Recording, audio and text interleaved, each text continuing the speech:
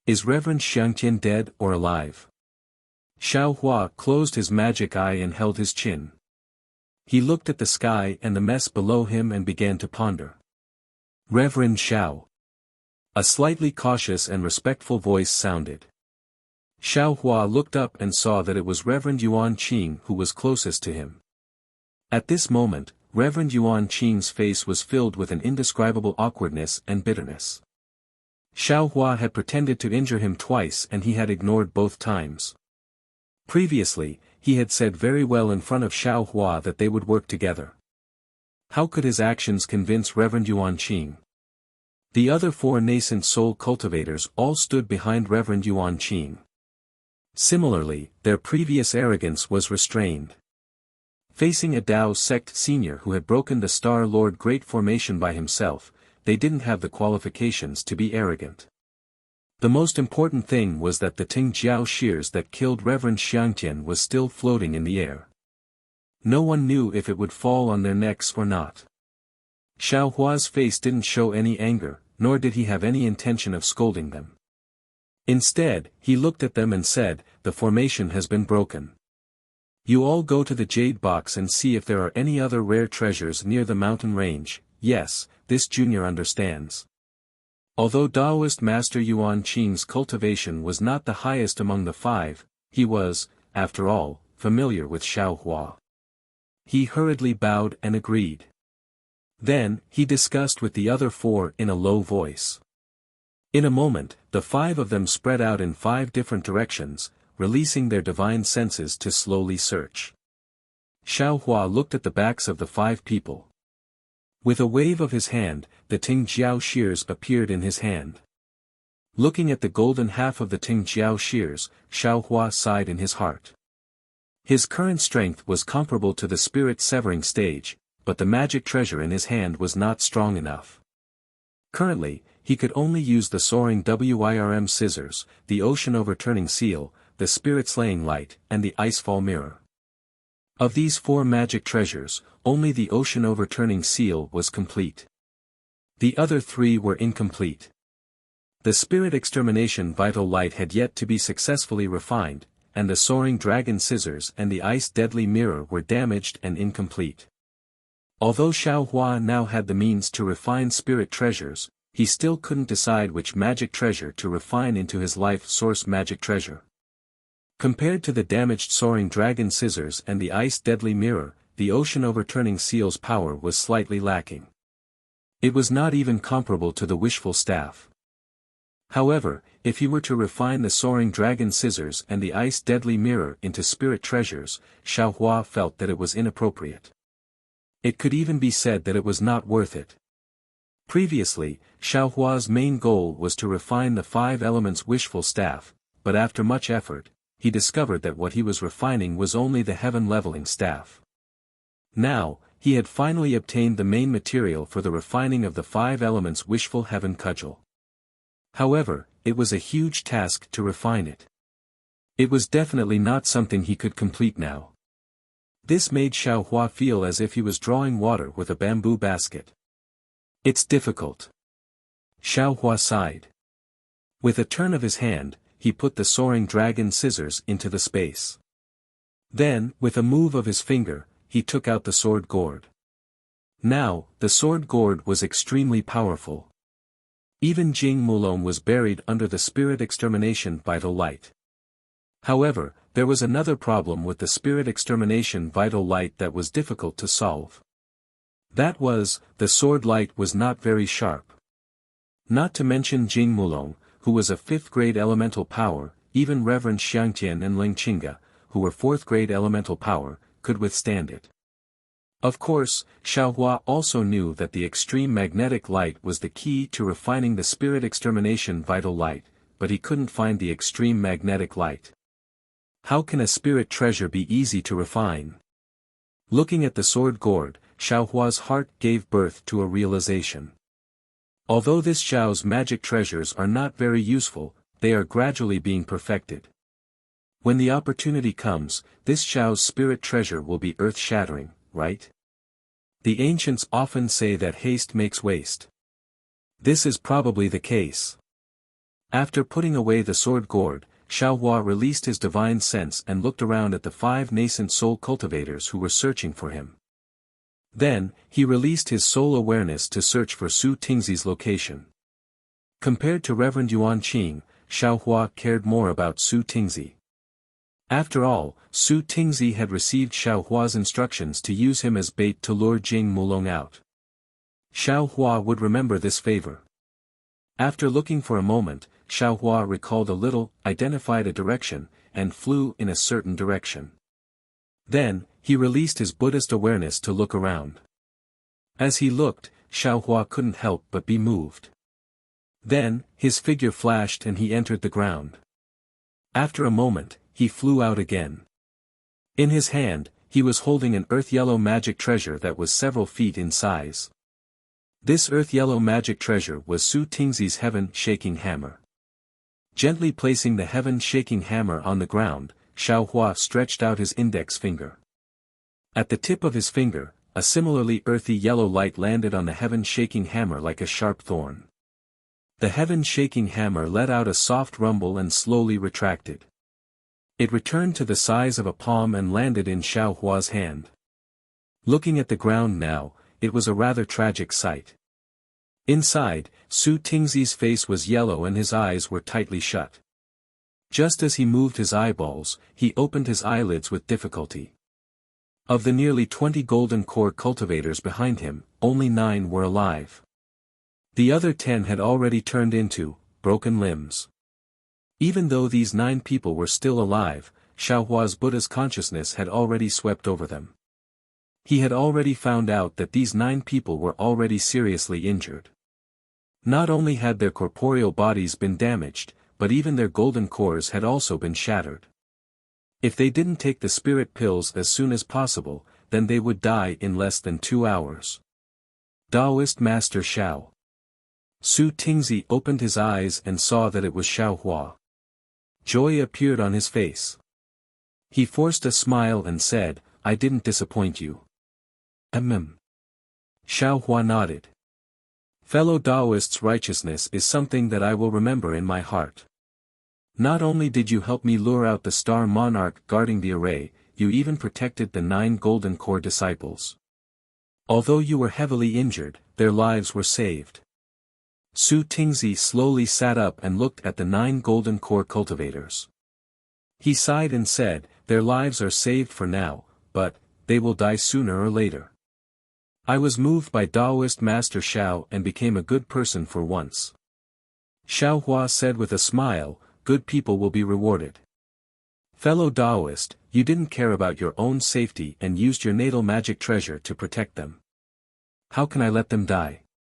Su Tingzi's eyes flashed with surprise. He said anxiously, "Taoist. Taoist Master Xiao, do you have the 9 revolutions life-extending pill?" Xiaohua was sweating profusely. He waved his hand and said, "I don't have that kind of spirit item, but I have other medicinal pills." As he spoke, he first handed the heaven-shaking hammer to Su Tingzi. Then, he took out a few medicinal pills and handed them to him. He said with a smile, "Try this medicinal pill of mine." Su Tingzi naturally knew that this wasn't the time to be polite. He put away his magic treasure and took out a medicinal pill and put it in his mouth. Su Tingzi's face was filled with ecstasy as soon as the medicinal pill entered his mouth. He immediately closed his eyes and started to circulate his cultivation. Xiaohua hurriedly said with a smile, "Fellow Taoist, don't be anxious. There are still 9 golden core disciples who need your help. I have to circulate my cultivation and don't have time to help them. Although they made a blood oath to me, they made a blood oath to Taoist Master Xiao. I'll have to trouble Taoist Master Xiao with their matters." Su Tingzi still hadn't recovered from his injuries, so how could he care about others? He closed his eyes and circulated his cultivation. When Xiaohua saw this, he didn't dare to delay any longer. He took out the medicinal pills and fed them to the 9 golden core cultivators one by one. Then, he poured his true essence into the 9 people's mouths to help them dissolve the medicinal effects. Xiaohua's medicinal pills were very powerful. In less than the time it took to brew a cup of tea, the 9 people woke up at almost the same time. When they saw the smiling Xiao Hua and Su Tingzi, who was sitting cross-legged at the side, they immediately understood what had happened. They all struggled to get up and kneeled. No need to be so polite. Xiao Hua hurriedly pressed the 9 people down and said, "You're all heavily injured. It wasn't easy for me to save you with my medicinal pills. If you move any more, my medicinal pills will be wasted." Junior Pan Yu thanks Senior Xiao for his kindness. The golden core cultivator in front looked left and right. An indescribable bitterness appeared on his face as he clasped his hands and said with difficulty. The several gold core cultivators also reported their names one by one and thanked Xiao Hua. Xiao Hua nodded slightly. After pondering for a moment, he said, "Pan Yu, not only are your physical bodies heavily injured, even your golden cores are shattered. Now that you're on Yaotai Mountain, your lives could fall at any time. What do you plan to do?" "This." Pan Yu looked at Su Tingzi, who had his eyes closed, and said in a low voice, "Junior and the others have already sworn a blood oath to serve Senior Su Tingzi, don't worry about me. I can't even take care of myself right now. I'll transfer your blood oath to Daoist Master Xiao." Su Tingzi didn't open his eyes and said in a low voice, "Besides, I was just following Daoist Master Zhao's orders at that time to lure the Confucian cultivators into a trap." Su Tingzi's voice was extremely low, but the golden core cultivators heard it clearly. Wasn't that the situation at that time? However, Pan Yu and the others seemed to have never heard of a blood oath being transferred to someone else. They couldn't help but look at each other. Xiao Hua looked at the 9 late-stage golden core cultivators and rolled his eyes. He nodded and said, "Since fellow Daoist Su Tingzi has the heart, then I can't be careless. If you're willing to serve me loyally, I can naturally protect your lives.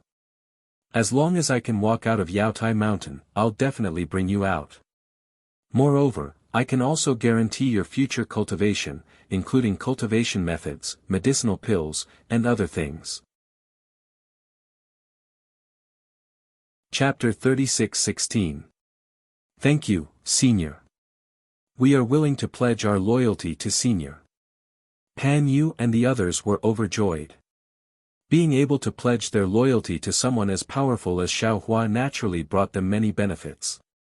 However, Xiao Hua frowned again and said with difficulty, "But the problem is that even if this old man wants to protect all of you, there are still many defensive formations in the Jade Pavilion gathering. Even if all of you stay close to this old man doesn't have much confidence, Senior." A golden core cultivator saw that Xiao Hua was in a difficult position and said in a low voice, "Senior, don't you have the nation treasure?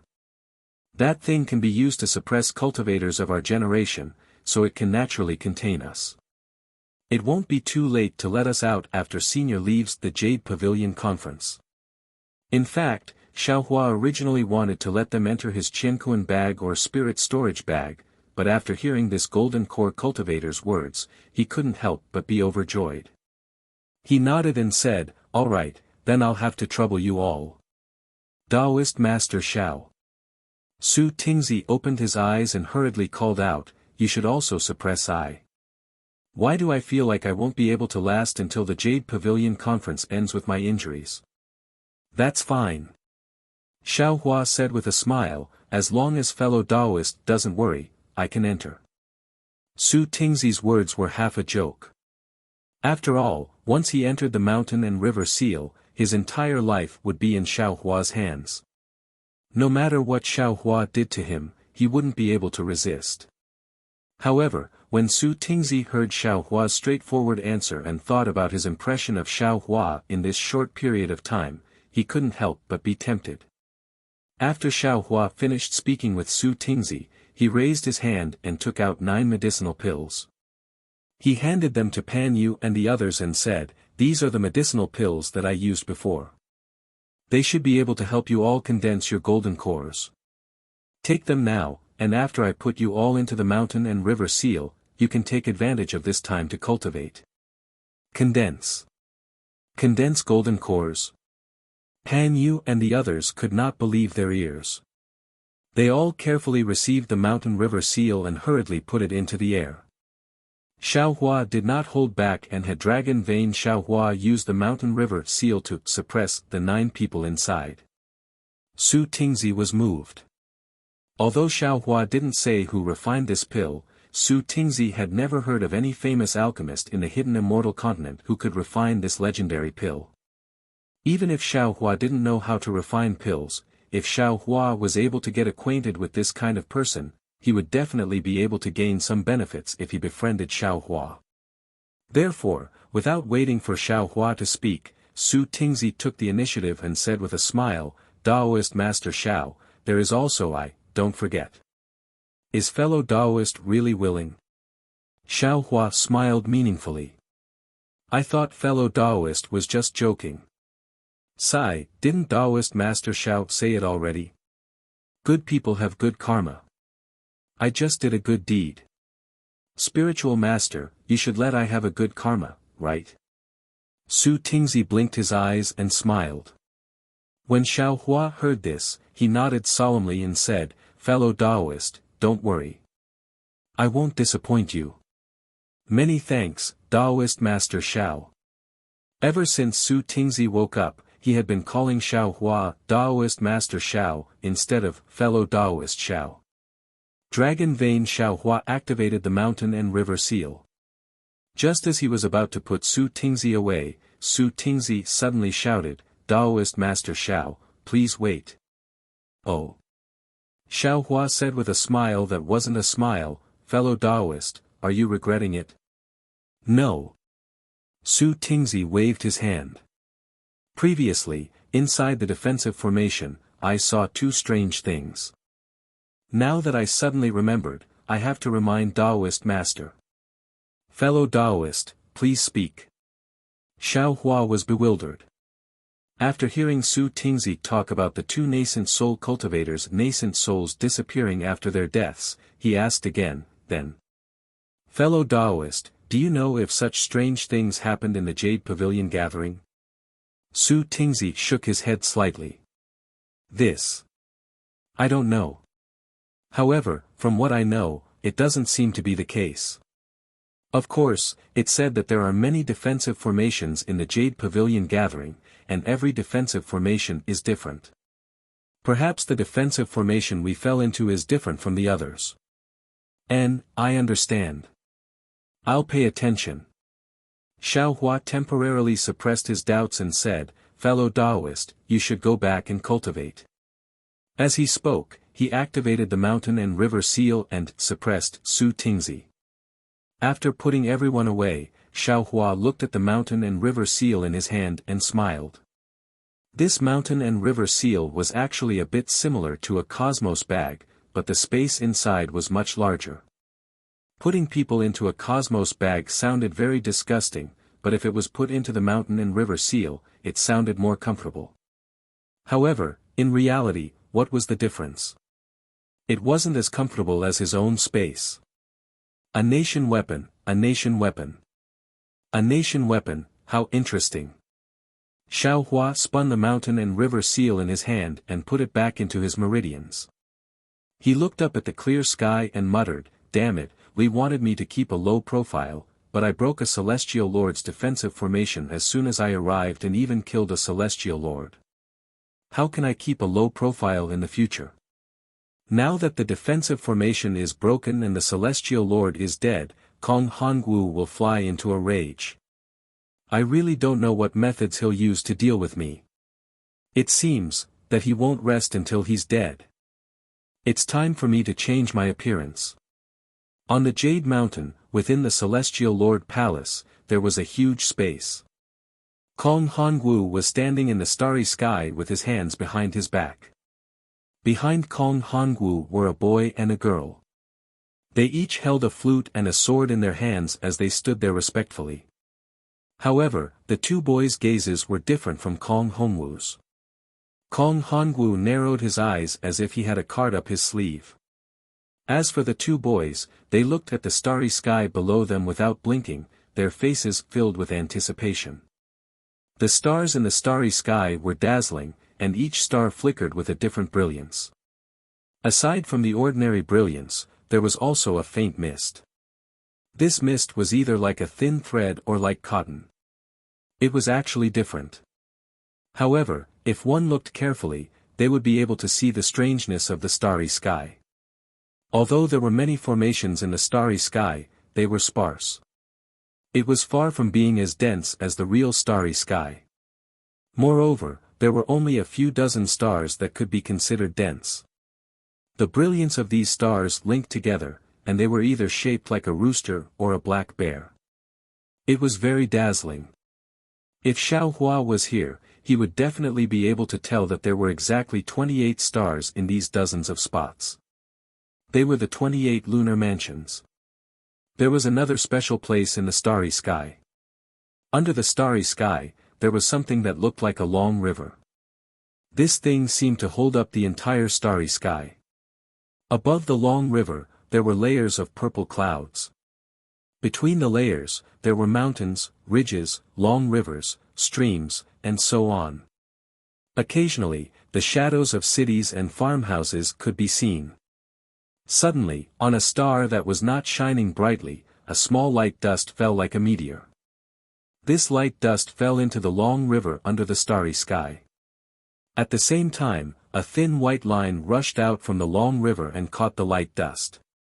When the light dust fell into the long river, it did not cause any splashes. 35. The girl was quick to speak and hurriedly shouted, "Palace Master, 35 have already appeared." Kong Hongwu faintly replied. His brows slightly furrowed, as if he was not very happy. The girl's pearl-like eyes turned slightly and she smiled, "Palace Master, what is this thing? How come I have not seen it in the previous Jade Pavilion conference? It's really fun." Hee, fun. Kong Hongwu opened his eyes and a smile appeared on his face. He said, "In this world, the most beautiful thing is to sit and watch the clouds rise and fall. The most calming thing is to wait for the flowers to bloom and wilt. In this world, the most satisfying thing is to control the life and death of others." The two children were dumbfounded. They looked at each other and did not know what to say. The boy thought for a moment and asked, "Palace Master, when the Dragon Gate was opened, I saw Hua the Taoist rush into the Dragon Gate. Why did he participate in the Jade Pavilion conference? Did he think that the reward from Palace Master was not enough and came to my Jade Mountain to pick spirit herbs? He is really too greedy." Hearing the mention of Hua the Taoist, a layer of anger appeared on Kong Hongwu's face. He slightly nodded and said, "Yes, he is indeed too greedy. Little Yun, remember, people die for wealth and birds die for food. This is an old saying that describes human greed. Since ancient times, who knows how many people have died because of this sentence. Little Hua De is not walking the Dragon Gate, it is a dead end. Don't be greedy in the future." The boy named Little Yun hurriedly bowed and said, "Yes, Palace Master, I will remember. I can get whatever I want in front of Palace Master, I won't be greedy." Kong Hongwu smiled and looked at Little Yun, "You are still young, how can you know how big the temptation of this world is? Do you think those Dao sect cultivators who came to participate in the Jade Pavilion conference don't know the disadvantages of greed? Do you think they didn't say such words in the past? Greed is the biggest enemy in life. Palace Master, look, there is a lot of light dust falling." While speaking, the girl jumped up and clapped her hands, saying, "So beautiful, just like fireworks." Kong Hongwu raised his head and looked. Sure enough, there was a snake-shaped star flashing with extremely brilliant brilliance. Under that brilliance, dozens of light dust fell one after another. Above the long river, there was a rushing filament that pulled these light dust into the river. Kong Hongwu unconsciously showed a satisfied smile on his face. There is also that one." Little Yun was not to be outdone. He also pointed at a tiger-like star and shouted, "And there are more fireworks, more beautiful." Before the little girl could take it out, the starry sky was filled with specks of light dust. There were more and less specks of light dust, and they were exceptionally bright. This caused the corners of Kong Hongwu's mouth to curl up again, and he looked very proud. But when Kong Hongwu slightly lowered his head and was about to squint his eyes, suddenly, at the place where the previous star was, the whole star rushed out a few feet of starlight. Near the star, there was a dragon-shaped star river that fiercely rotated and crashed into the star. Chapter 36:17. Ah! Shangguan Yuran. Jingmu Xian. Seeing this strange scene, Kong Hongwu was shocked. He hurriedly unfolded his robe, and his eyes flashed with 3 colors of clear light. Hua! There was a sound like falling into water, and the whole bite and star collapsed. The brilliant starlight instantly dimmed, and as the starlight was annihilated, several light dust fell again. What's going on? Kong Hongwu was inexplicably surprised. This Jingmu Xian star formation was broken by someone. How is this possible? The 4 eyes of the boy and girl rolled around, and there was panic and fear on their faces. Obviously, they knew the seriousness of the matter, so they closed their little mouths tightly and didn't dare to breathe loudly. Kong Hongwu stared at the starry sky formation, as if he was thinking about something. After a long while, he looked up to the sky and laughed, as if he had understood something, and said, "Ha ha ha. Hong Meng, old man, you're really good. It seems that you want to make an example of my Star Lord Palace. I really underestimated you. When I saw your subordinates leave, I thought you didn't dare to come to Yaotai Mountain to make trouble, but I didn't expect you to send Xiao Hua to make trouble. Good, I'm not your opponent, but I'll cut off your claws and teeth. I'll let you know the power of my Star Lord Palace."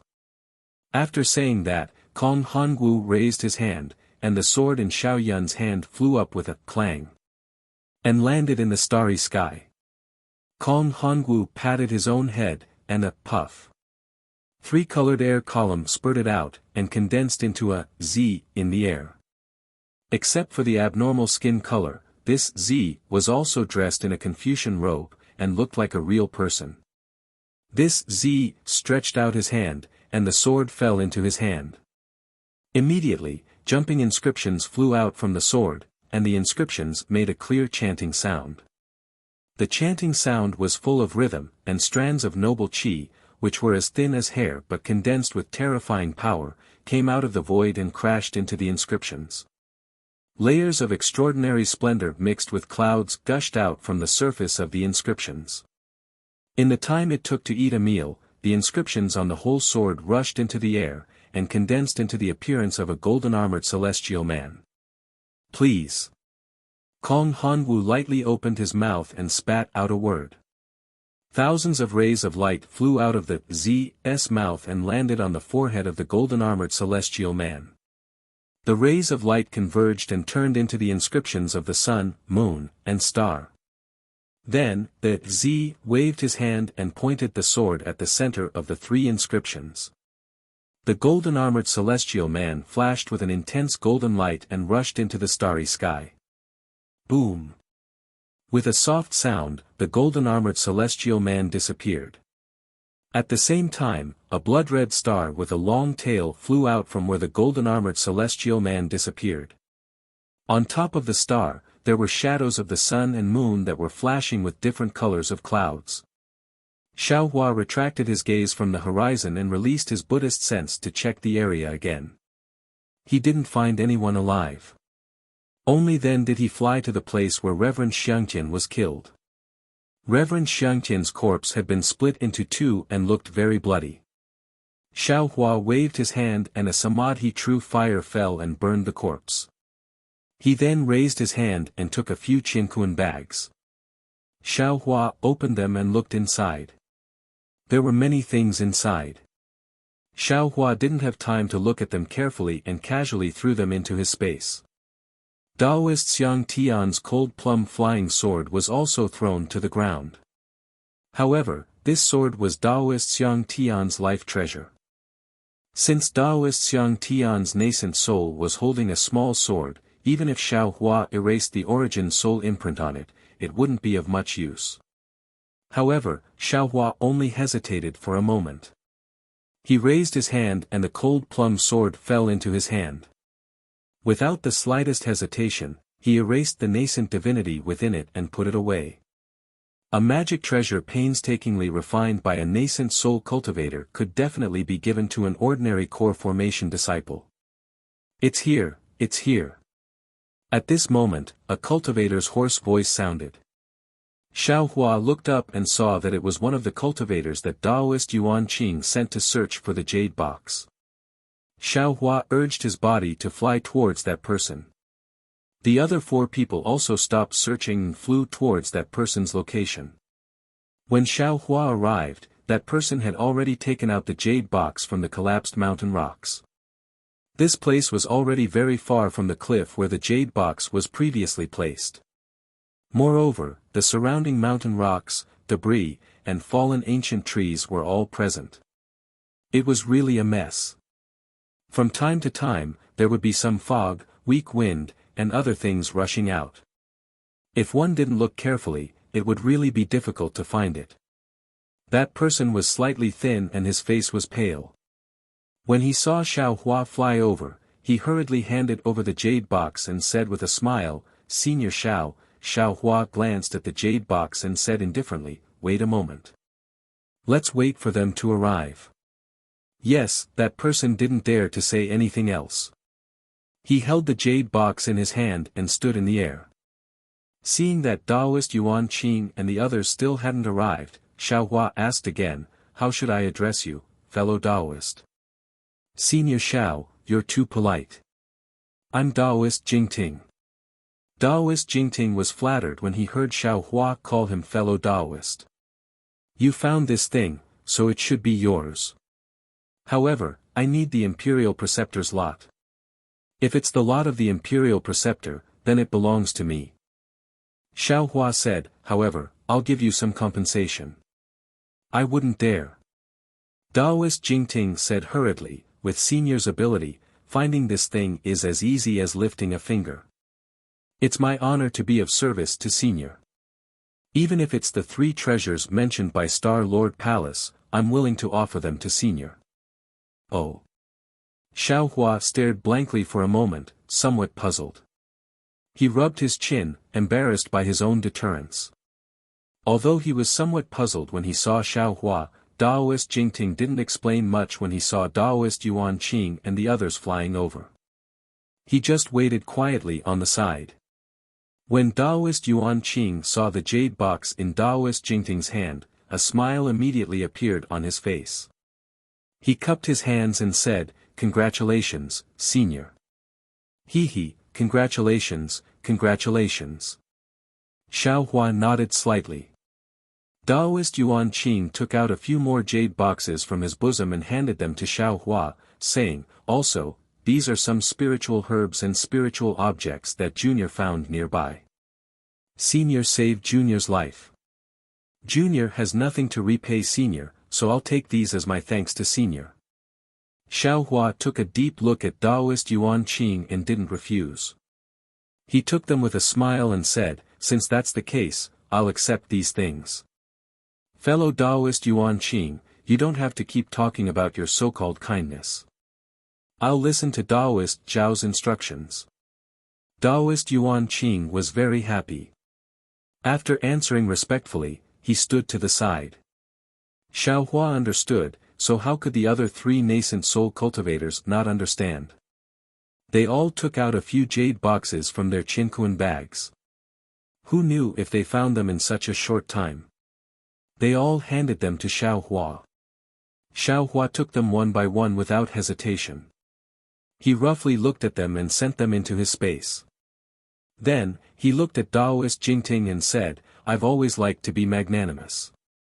Although I didn't say it clearly and only asked you to help me find the jade boxes, the things inside the jade boxes." Soon after, Xiao Hua repeated what he had just said to Taoist Master Jingting. Only then did he order Taoist Master Jingting to open the jade box. Inside the jade box, there was a flash of brilliance, and a faint, mighty roar of a beast rushed into the air along with the jade box. Xiaohua's eyes slightly narrowed, revealing a happy expression. He could already clearly see that under that brilliance, there was a swan-shaped imperial jade seal. Congratulations, Daoist Xiao. Daoist Jingting also slightly closed his eyes because of that light, and then he shouted with a happy expression. Ha! Seeing that it was the state preceptor's lot that he needed, Xiaohua didn't hold back. He covered his Daoist robe, and the state preceptor's lot fell into his hand, instantly disappearing. Daoist Yuan Qing and the other 4 nascent soul cultivators also opened their mouths to congratulate him, but the smiles on their faces carried a trace of bitterness. More than 10 nascent soul cultivators risked their lives, and so many of them died. Who would have thought that the jade boxes only contained the state preceptor's lot? How could they not feel wronged? Of course, their congratulations were sincere. After all, the state preceptor's lot wasn't what they wanted, and Xiaohua taking it wouldn't make them feel pained. Xiaohua received the state preceptor's lot, and this trip was complete. Then, he asked with a smile, I've already achieved my goal of participating in the Jadestage meeting. I'm not going to go any further. I'll just wait here until the Jadestage meeting is over and leave. Fellow Taoists, if you still have other ideas, feel free to go. Taoist Master Xiao. The somewhat short nascent soul cultivator said regretfully, with your skills, how can you stay here? Not to mention that any one of those 3 treasures is useful to you, even the spiritual grasses and spiritual items in other places of the Jadestage mountain are incomparable to other places of the hidden immortal continent. Don't you want to get 1 or 2? Xiaohua said with a smile that wasn't a smile, if I were to snatch those 3 treasures, wouldn't you all be empty-handed? Those things are useless to me, so I'll leave them for you. The short nascent soul cultivator's face was somewhat embarrassed, and he said in a low voice, since Daoist isn't willing to go forward, then this junior will take his leave first. If Daoist has time in the future, please come to Pinyu Lake. This junior will welcome you with open arms. Okay, you can go. Xiaohua waved his hand and said to Daoist Master Yuan Qing, Daoist Master Jing Ting, and the others. However, just as he finished speaking, he immediately thought of something and hurriedly said, oh, don't worry, I just remembered something. I don't know which fellow Daoist can help me. When the short nascent soul cultivator heard this, his face was very happy. He had the same thoughts as the others, they all wanted to follow Xiaohua. This way, even if they encountered any danger, they could ask Xiaohua for help. However, they didn't expect that Xiaohua didn't intend to go forward at all.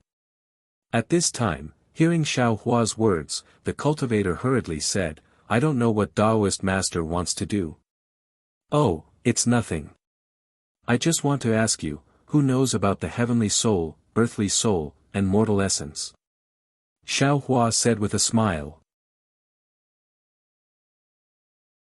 Chapter 36:18. When the short nascent soul cultivator heard this, he couldn't help but stare blankly. Looking at the 3 people beside him, they all looked confused. He slightly shook his head and said, I have never heard of it. Hee, no matter. Xiaohua smiled and waved his hand. If you don't know, then don't know. At this moment, Daoist Jingting said calmly, I know what Daoist Jingting is talking about. Moreover, I also know that there is one in Yaotai Mountain. Is that so? Xiaohua was pleasantly surprised. He looked at Daoist Jingting and said with a smile, if fellow Daoist can help me, I definitely won't treat you unfairly. Daoist Jingting seemed to have made some decision. He lightly bit his lips and said, Daoist Jingting and I can be considered to be fated. If Daoist Jingting can obtain that thing, I ask Daoist Jingting to share some with me. Of course. Xiaohua agreed without hesitation. There is no need to doubt this. Good, Daoist Jingting made a prompt decision. He cupped his hands and said, if Daoist Jingting is willing, I will take Daoist Jingting there. However, that place is rather dangerous. The other fellow Taoists shouldn't rashly take risks. When the short nascent soul cultivator saw that Taoist Jingting had already said this, he hurriedly bowed and said, "I wish Taoist Jingting success. Farewell." After he finished speaking, he urged his magic power to leave. At this moment, he heard a very distant place, the location of that Yaotai mountain. Rumble. The sound of mountains and tsunamis reverberated through the entire sky. Xiao Hua and the others looked up and saw a blood-red meteor rushing out from the peak of Yaotai mountain. It went straight to the top of the sky, and then with a large blood-red tail, it rushed from the top of the sky to the other end of the mountain range. As the meteor streaked across, the blood-red color was like a sharp sword cutting open the sky. A long bloody scar appeared in the sky. Not only that, but the sky before the meteor was extremely trembling. A myriad of multicolored lights burst out from the front of the meteor. After the meteor, that long red tail seemed to be overflowing with ripples, expanding the bloody scar to the extreme. The sky was filled with blood-red multicolored lights in an instant. Not only did they cover the clear sky, but they also covered the sun and the moon. That night and blood could be seen with the naked eye rushing towards Xiao Hua and the others from a distance. What is going on? The short nascent soul cultivator was shocked. His body, which had been flying away, came to a stop as he looked into the distance in shock. Strands of heaven and earth yuan qi, as well as streams of righteous qi, slowly surged into the sky. It was as if blood had fallen into a pool of water. The blood-colored rays of light were descending towards Yaotai mountain at a speed visible to the naked eye. Rumble. The sound of thunder and claps of thunder seemed to be the only sound in the world, reverberating back and forth. Not only did the blood-colored meteor streak across the horizon, it even cut open the hearts of all the cultivators. An indescribable restlessness, viciousness, and brutality unknowingly diffused out from their hearts. A rare treasure. The short nascent soul cultivator had just stopped and his attention fell on the blood-colored meteor when he saw jade boxes flickering with brilliance and clouds rushing out from all directions. Behind the jade boxes were many cultivators. These cultivators were either activating their magic treasures or using their abilities. They were all extremely excited. Unfortunately, the majority of the jade boxes immediately disappeared into the blood-colored rays of light when they rushed into the air. Only a few landed in the hands of the cultivators. Those who obtained the jade boxes either turned around and flew away or directly rushed forward, disappearing with the other jade boxes. Those who didn't obtain the jade boxes naturally didn't want to fall behind. They immediately rushed into the blood-colored rays of light and disappeared. As for more cultivators, they were hesitant. After all, this blood-colored meteor was an ominous sign. Who knew what was inside the rays of light? However, wherever the meteor passed, the blood-colored scars didn't disappear. The rays of light spread downwards bit by bit without any intention of stopping. Some cultivators who were close to the rays of light didn't even need to move their bodies. Once they came into contact with the rays of light, they immediately disappeared. Seeing this, how could the cultivators not know that Star Lord Palace's intention was to let all the cultivators enter the rays of light? Rather than waiting here to be sucked in by the rays of light, it was better to enter the rays of light now and obtain the rare treasure a step earlier. Thus, even more cultivators flew out from the continuous mountain range and rushed into the rays of light, disappearing without a trace. The short nascent soul cultivator looked at the treasures falling into the rays of light with greed in his eyes. Seeing that there were cultivators rushing into the rays of light, he immediately cupped his hands and said, "Taoist Master Xiao, I'll go first." "Please." Xiao Hua nodded. That nascent soul cultivator urged his body and rushed up 100 feet. Once he came into contact with the blood-colored rays of light, he disappeared like the other cultivators. Xiao Hua's divine sense followed. He only felt that the rays of light could isolate divine sense, but he couldn't see anything strange about it. "Fellow Taoists, hurry up and go."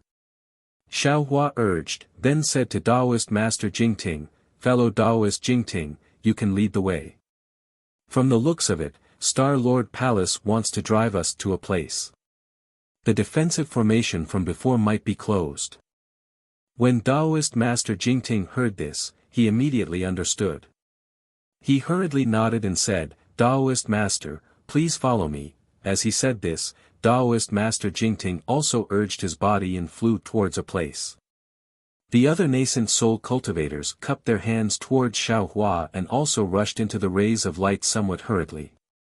They originally had some intention to go with Xiao Hua, but when they saw that Xiao Hua wanted to break through the formation again and didn't want them to follow, especially when all the rare treasures were sent into the blood-colored rays of light by Star Lord Palace, all the cultivators on Yaotai Mountain had to enter the rays of light to obtain the rare treasures, so Xiao Hua's role was weakened.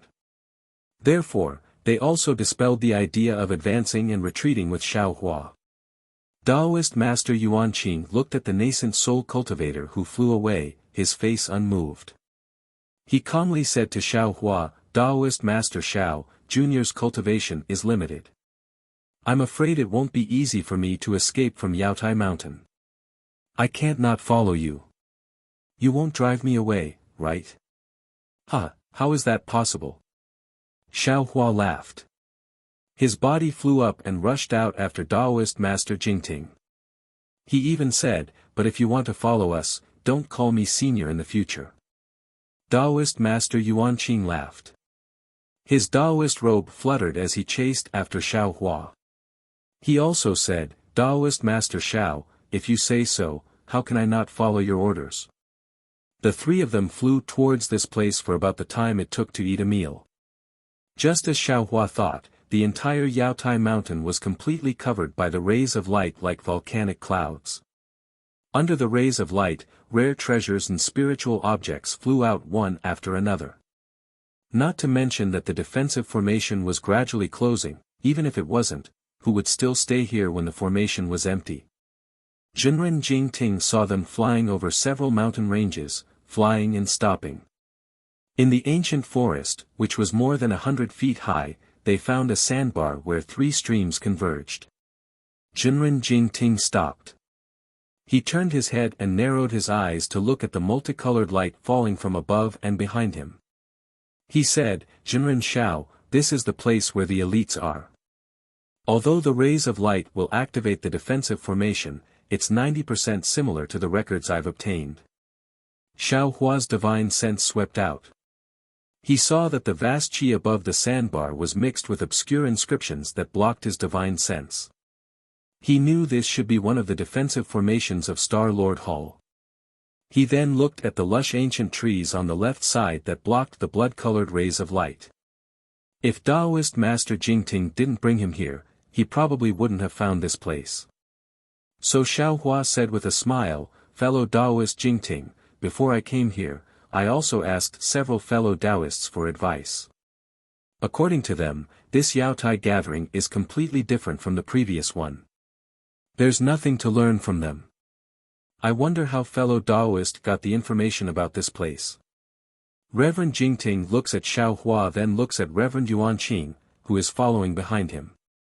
He sighs and says, to tell you the truth, Reverend Xiao, I didn't get this information from anyone else. It was during the last few Yaotai gatherings that I came here by chance and found out. Oh. Xiao Hua was surprised. Could it be that fellow Taoist Jingting has attended the Yaotai gathering many times? Not to mention Xiao Hua, even Taoist Master Yuanqing looked at Taoist Master Jingting with interest. A bitter smile appeared on Taoist Master Jingting's face. He nodded and said, I'm not afraid of Taoist Master Zhao's joke. This is the 13th time I have attended the Yaotai gathering. Ah. Xiao Hua didn't make a move, but Taoist Master Yuanqing cried out in surprise.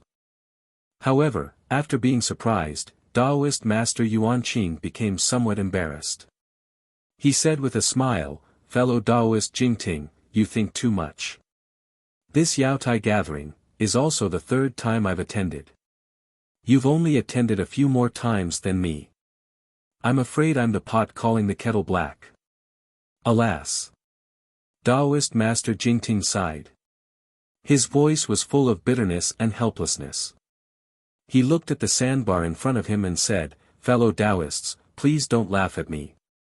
Actually, the purpose of this humble Taoist's visit to Yaotai Mountain is not for the treasures mentioned earlier.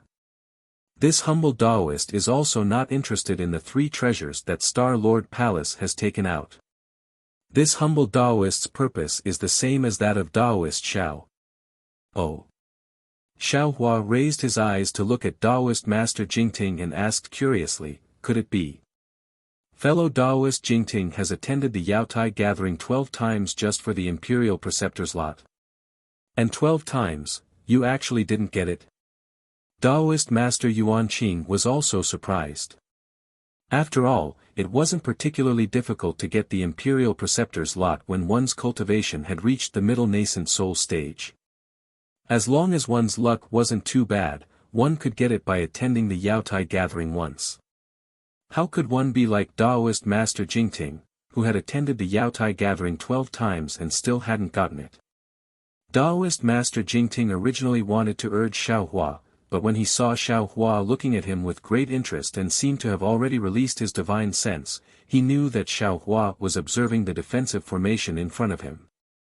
Thinking of his own decision, he opened his mouth and said, "You're right, Taoist Master Xiao. Since I attended the first Yaotai gathering 400 years ago, I've attended the Yaotai gathering 12 times in the past several hundred years and returned empty-handed. I didn't get the Imperial Preceptor's lot even once. Fellow Taoist Jingting, you really have perseverance." Taoist Master Yuan Qing didn't know how to comfort Taoist Master Jingting, so he could only say this in a low voice. "Actually, the first 3 times. I really did want to establish a country and have the ambition to be a country's teacher." Taoist Master Jingting said with a smile, "But by the 4th time, the general who was on good terms with I was already old. Seeing that I couldn't help them establish a country for a long time, his son had already abandoned I and cooperated with others. I also met the fellow Taoist who helped them establish a country. I also met him at the Yaotai gathering. I can't help others, but of course, I can't disturb them. Therefore, the things that happened after that, were just me acting in a fit of pique. I actually want to see how many times I can get the Imperial Preceptor's lot." Chapter 36:19. After Xiao Hua's divine sense landed on the defensive formation and carefully observed it for a moment, he unconsciously frowned slightly. This defensive formation was rather strange. It was like a lock covering the sandbar. The 3 streams rushing in from all directions were like keys to the lock. The defensive formation could only be opened by the streams. However, there was a faint strangeness in the streams, which contained a murderous intent. Xiao Hua felt that it was somewhat familiar, but also difficult to grasp. He had no choice but to think more about it. "Fellow Taoist Jingting, how did you enter this place last time?" Xiao Hua seemed to have a plan and asked. Reverend Jingting said without hesitation, "When I participated in the Yaotai assembly for the first time, I had already obtained the Imperial Preceptor's lot on a mountain range not far from here. Unfortunately, before I could put it in my Qianquan bag, I was discovered by another fellow Taoist. This fellow Taoist was more powerful than me, so I was thrown into that stream. In order to escape that fellow Taoist's pursuit, I used the water escape technique to hide. Who knew that a very inexplicable force would bring me into that sandbar? It's just that.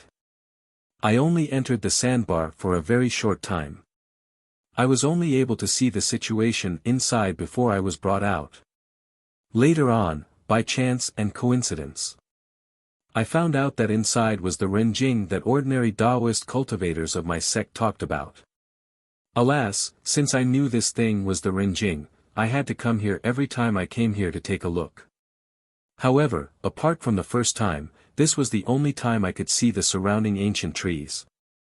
In the past several hundred years, Star Lord Hall never opened this place. This time, I don't have much time left." Xiao Hua looked at the place that was only a few li away. The edges of the ancient trees were already blurred, as if the blood-red light had swallowed the ancient trees. Moreover, under the cover of the light, all the mountains, forests, and streams could no longer be seen. Only the distant Yaotai mountain stood tall like a pillar that reached the sky. Upon seeing this, Reverend Jingting straightened his clothes and bowed to Xiao Hua. Reverend Xiao, in fact, when I obtained the jade box containing the Imperial Preceptor's lot, I had a premonition in my heart that the jade box contained no other treasure but the Imperial Preceptor's lot. Why? Reverend Yuan Qing was somewhat puzzled. If you didn't have a premonition, why did you fight for it? Taoist Jing Ting said very meaningfully, I naturally fight for the State Preceptor's lot, but if I can't get it, then it's naturally not the State Preceptor's lot. However, Jinren Shao killed the Guardian Star and asked us to search for it.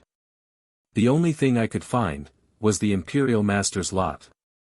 Taoist Master Jingting's words were very awkward, but Taoist Master Yuan Qing also understood a little. Taoist Master Jingting's luck was extremely bad. This was his 13th time participating in the Yaotai assembly. The number of the Imperial Preceptor's lot was pitifully small. This was the first time he was so close to the Imperial Preceptor's lot, but he just happened to encounter the unstoppable Xiao Hua. Even if he could get the Imperial Teacher's lot in his hands, in the end, he would have to give it to Xiao Hua. As Taoist Jing Ting spoke, his figure didn't get up.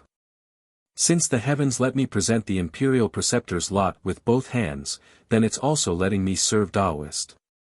I hope that Taoist Xiao can guide me when you establish your country in the future. Taoist Yuan Qing's eyebrows twitched as he forced a smile. He glanced at the silent Xiao Hua and said, Fellow Taoist Jing Ting, I'm afraid this isn't your true reason, is it? Yes, this is a reason, but it's not the most important one. Taoist Jing Ting didn't quite understand the relationship between Xiao Hua and Taoist Yuan Qing, but seeing that Xiao Hua didn't speak and only Taoist Yuan Qing spoke, he thought Xiao Hua didn't quite believe him. He hurriedly said, the most important thing is that I really don't have confidence in myself. I must rely on a senior with destiny. Taoist Xiao controls the national treasure of Confucian cultivators, so you're definitely a person with great destiny. If I don't rely on Taoist Xiao, who else can I rely on? Taoist Yuan Qing blinked his eyes and said with a smile, so that's how it is. I thought fellow Taoist was as afraid of death as I. Being afraid of death is naturally one of the reasons. Taoist Jing Ting said with a smile. Xiao Hua looked at Taoist Jing Ting's bowing appearance and nodded. As early as when fellow Taoist Jing Ting gave me the jade box, I already promised you that I would take out something of equivalent value to the treasures inside the jade box to exchange with fellow Taoist. Since fellow Taoist wants to use his own future to exchange with me, I naturally feel ashamed to accept it. When Taoist Jing Ting heard this, his face was filled with ecstasy. He shouted, State Preceptor, please accept this subordinate's bow. Fellow Taoist is too polite. Xiao Hua raised his hand and helped Taoist Jing Ting up. Since you want to work for me, I will certainly not treat fellow Taoist unfairly. As long as I can give you anything, I will satisfy fellow Taoist. Taoist Yuan Qing's face showed a trace of surprise. He also said with a smile, Congratulations, Taoist Xiao. Congratulations, fellow Taoist Jing Ting, Xiao Hua was about to raise his head to answer when suddenly his eyebrows rose and he let out a cry of surprise. He immediately waved his hand and grabbed Taoist Yuan Qing and Taoist Jing Ting out of thin air. Without waiting for the two to speak, he dragged the two of them and rushed to the nearby sandbar. Taoist Jing Ting and Taoist Yuan Qing were slightly stunned. However, when their divine senses swept over the sandbar, they saw that under the blood-red brilliance, near the upper wind of the second stream, an inexplicable aura rushed out. The originally disorderly inscriptions immediately swarmed up. That aura was like a sharp blade that cut open a flaw in the defensive formation. There's someone inside.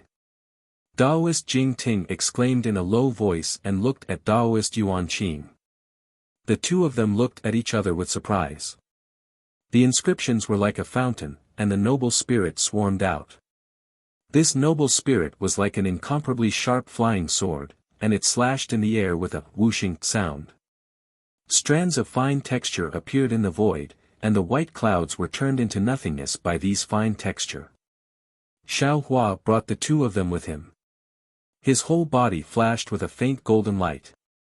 This golden light also made cracking sounds in the fine lines and shattered into pieces.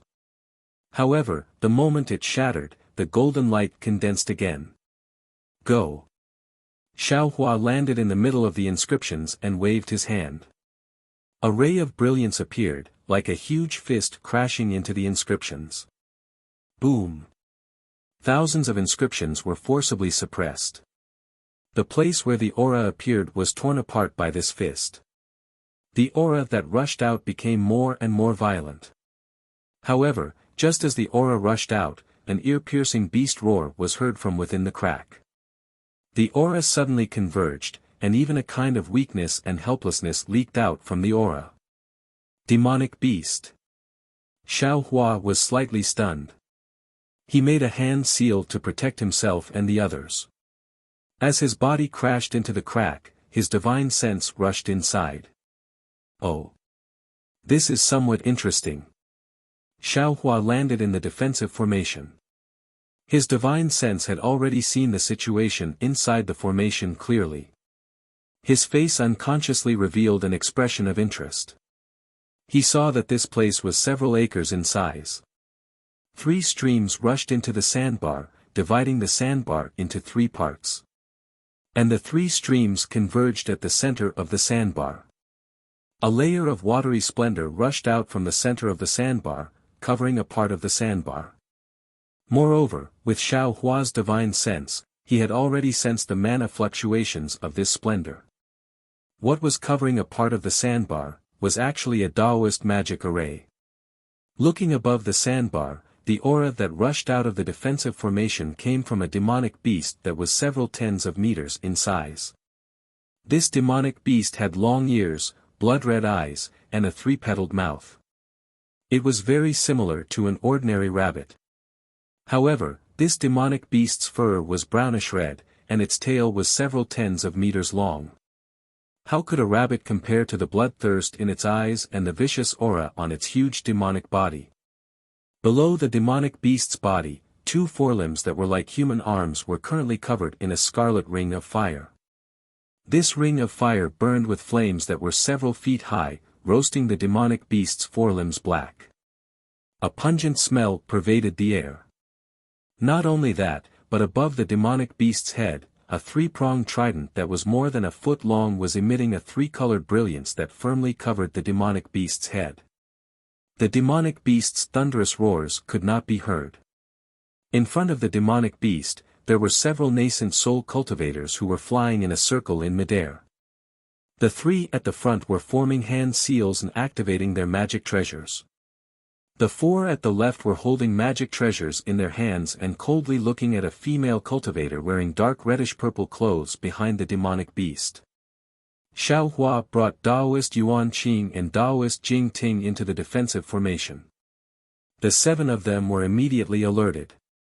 However, when everyone scanned them with their divine senses, they saw that the 3 people activating their magic treasures were not alarmed at all. It was as if they had just seen a passerby. On the other hand, the other 2 people were surprised but also had a trace of ridicule.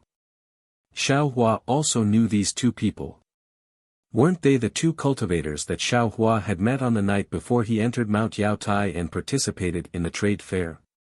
One was Daoist Shifan, and the other was Daoist Chu. This was what they meant by enemies are bound to meet. Xiao Hua could clearly see the 2 people's ridicule. His heart was unconsciously moved and he looked towards the formation below him. As for Daoist Jing Ting, as soon as he entered the defensive formation, he was immediately attracted by the rabbit-like demonic beast. His gaze had already fallen on the female cultivator wearing dark reddish-purple clothes. He saw that this tall female cultivator looked to be in her 20s. The purple clothes she wore accentuated her curves. The woman's appearance was elegant and she had an oval face with a small nose that was slightly raised. Her most attractive feature was her pair of eyes. The woman's eyes weren't large and were apricot-shaped. Under her thin eyelids, her flowing gaze was like water ripples.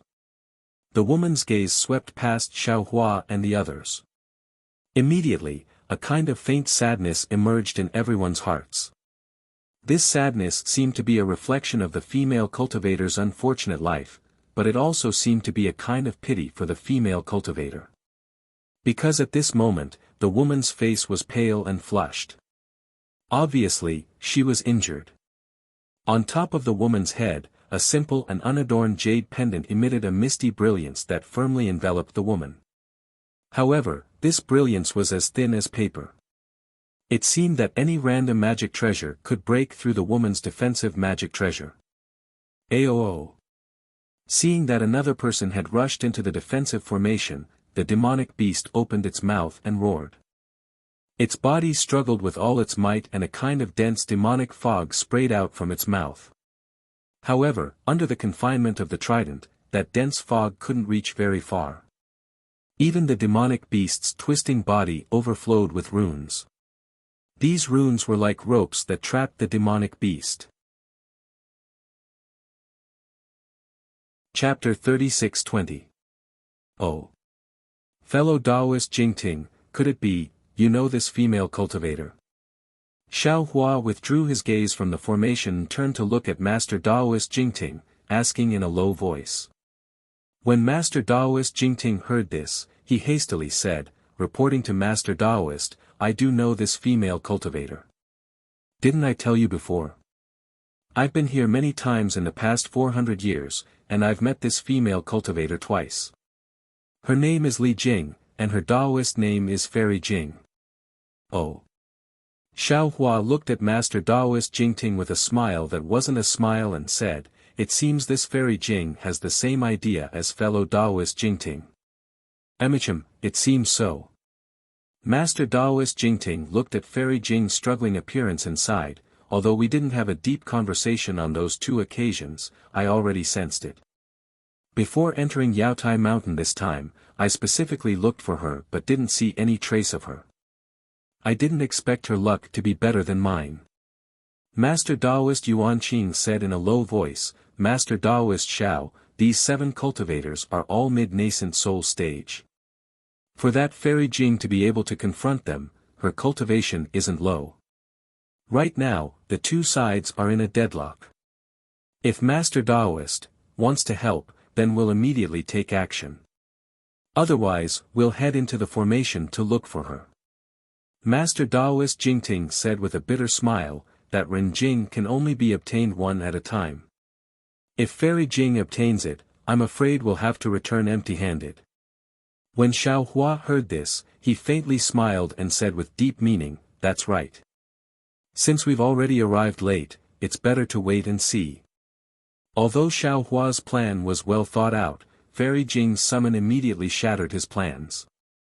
Seeing Master Taoist Jingting whispering to Xiaohua and the others, Fairy Jing's eyes rippled like water.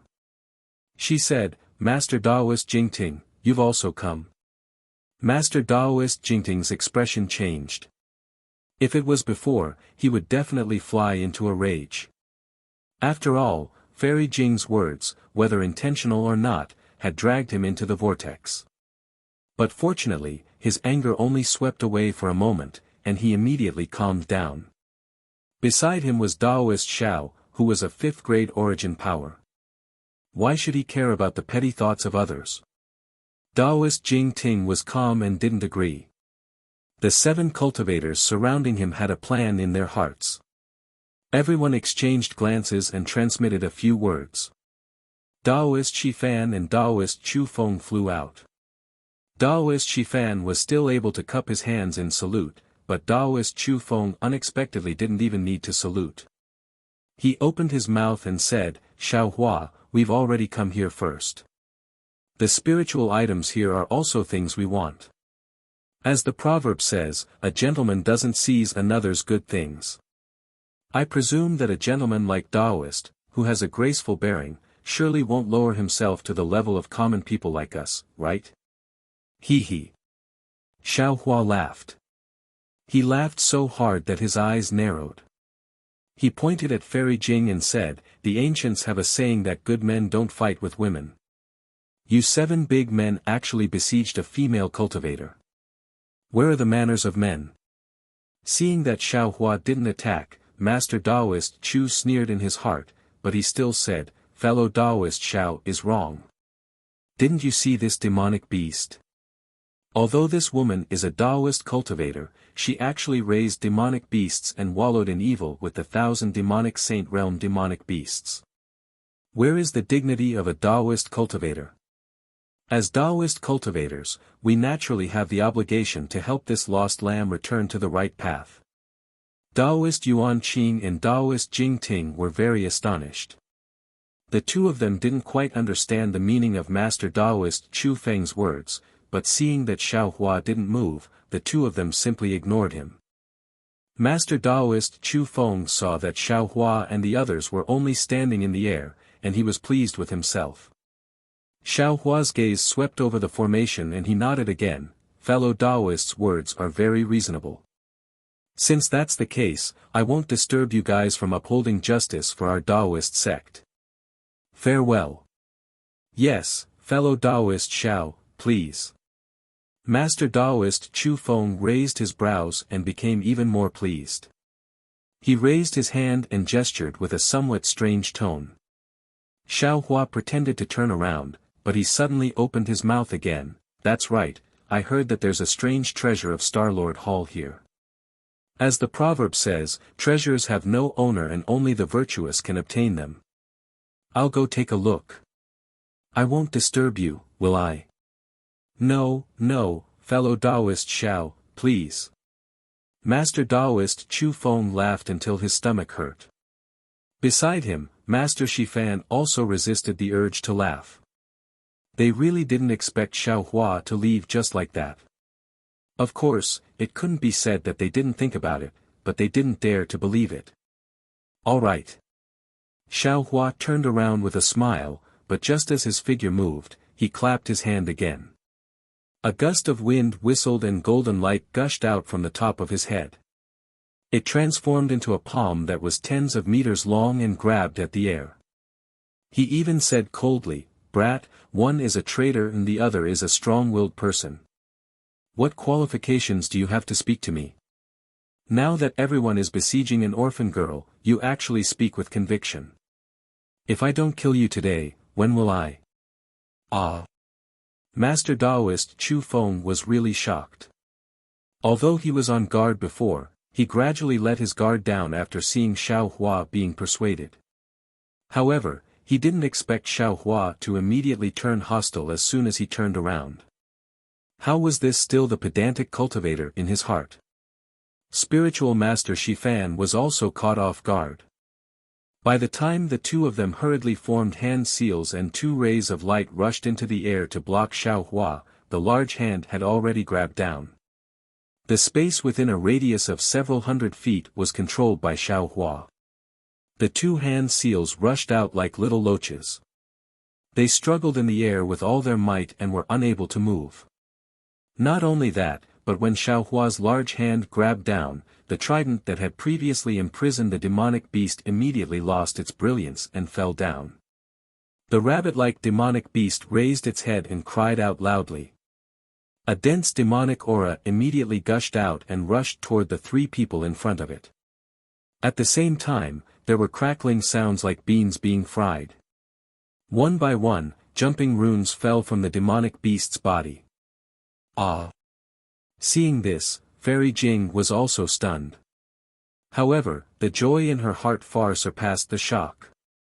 After all, Xiao Hua was standing in front of Master Daoist Jingting. She didn't dare to climb up to Xiao Hua and could only probe Master Daoist Jingting. Unfortunately, Master Daoist Jingting didn't even pay attention to her. Clearly, he was following Xiao Hua's lead. She then looked at Xiao Hua again. Unexpectedly, he was locked in by Master Daoist Chu's words and wanted to leave after a few words. Fortunately, this Fairy Jing wasn't a scheming person. She didn't play any tricks and only used her own magic power to bitterly support herself. But at this critical moment, there was a sudden turn of events and Xiao Hua suddenly attacked. However, the power of Xiao Hua's palm was really too fierce. Fairy Jing pointed at the jade pendant above her head. The jade pendant struggled to emit a brilliance, wanting to attack the somewhat difficult opponent. However, the jade pendant in Xiao Hua's hand seemed to have sunk into a quagmire. Not only was it difficult to send out magic power, but the jade pendant itself was also difficult to move. This Master Daoist Xiao, what is his cultivation? Fairy Jing glanced at Xiao Hua with great fear. Gotcha. Several crisp sounds rang out. Not only did the demonic beast break free from its shackles, but the rings on its front claws also fell off. The three attacking cultivators couldn't help but retreat a few dozen feet from the shock. It was also at this time that a fiery voice came from the array not far below them. Which bastard actually dares to break this old man's forbidden technique? Along with the voice, a black dot appeared at the center of the spell formation. The black dot quickly expanded into a vortex and a cultivator wearing black armor charged out from the vortex. A divine sense comparable to a late-stage nascent soul cultivators angrily swept toward them. Behind the black battle armor, several cultivators activated their own magic treasures and followed after him. Not only that, but several popping sounds rang out as tricolored bubbles also appeared on the other two parts of the formation on the sand island. Two bursts of spiritual sense that were no less powerful than the suit of black armor also swept forth from the spots where the bubbles ruptured. One of the divine senses fell on Xiao Hua and paused for a moment. Soon after, a crimson fist flickered with dark flames and smashed towards Xiao Hua without any explanation. As the fist moved, the previously angry cultivator waved his hand. Countless amounts of world yuan qi followed his gesture and condensed into a large hand. This large hand had faint black threads floating within it and whistled towards Xiao Hua. As for the third nascent soul cultivator, he seemed to be somewhat hesitant. However, as the two large hands fell, he could only point with his finger. A cloud flew out of his hand and a foot-long horsetail whisk fell from the sky. Ha ha ha. Xiao Hua laughed. So it's an old acquaintance. Hua Dezhenren, did you not learn your lesson at the banquet? As Xiao Hua spoke, he flew out and activated his Fa Li. His palm, which was originally a feint, immediately changed. It flipped over like it could overturn mountains and seas, then suddenly expanded. It was like a real giant hand that flashed with golden light as it slammed towards Hua Dezhenren's giant hand. Rumble. Xiao Hua's big hand fell down and collided with the other two. The entire sky exploded with a powerful chi wave. The scarlet fist along with the dark flame was completely extinguished by Xiao Hua's attack. That blackened big hand was already imprisoned by Xiao Hua's magic power halfway. Only a faint black thread spread out like a small snake and retreated with extreme vigilance. There was also the horsetail whisk in the cloud. When the cloud was struck down by Xiao Hua, the entire horsetail whisk slightly swayed. Thousands of golden rays of light shattered Xiao Hua's little finger, damn it. The black-armored cultivator angrily cursed and his expression changed. He slapped his hand and a foot-long iron spike appeared in his hand. He was going to use his magic power in this fierce wind. You dare! Suddenly, Xiao Hua let out an angry roar. The figure that had already landed in front of Daoist Hua suddenly flashed with lightning and retreated like a bolt of lightning. At the same time, he rubbed his hands together and countless tiny lights fell into the void. Bang, bang, bang. Following the collision of the hands of the three nascent soul cultivators, the sound of air breaking rang in everyone's ears. Rumble, rumble, rumble. Another violent sound rang out and the entire defensive formation shook. However, the center of the shaking was not between the four nascent soul cultivators, but where Xiao Hua just left. Chapter 36-21 Xiao Hua was furious. He hurriedly activated the lightning escape technique and charged toward the center of the explosion at lightning speed. Moreover, countless golden threads flickered in front of him where the lightning had exploded. It was the technique Xiao Hua had activated earlier.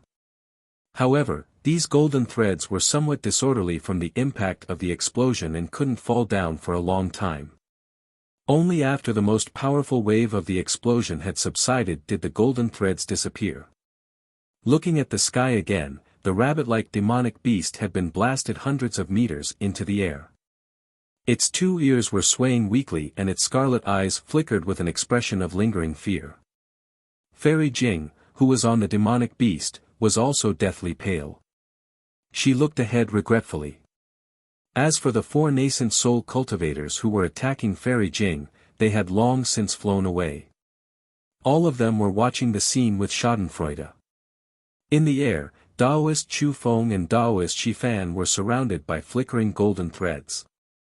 Daoist Chu Feng's face was as white as a sheet of paper. Daoist Shifan's eyes were filled with innocence. He wanted to open his mouth to explain, but Xiao Hua was furious and couldn't even open his mouth.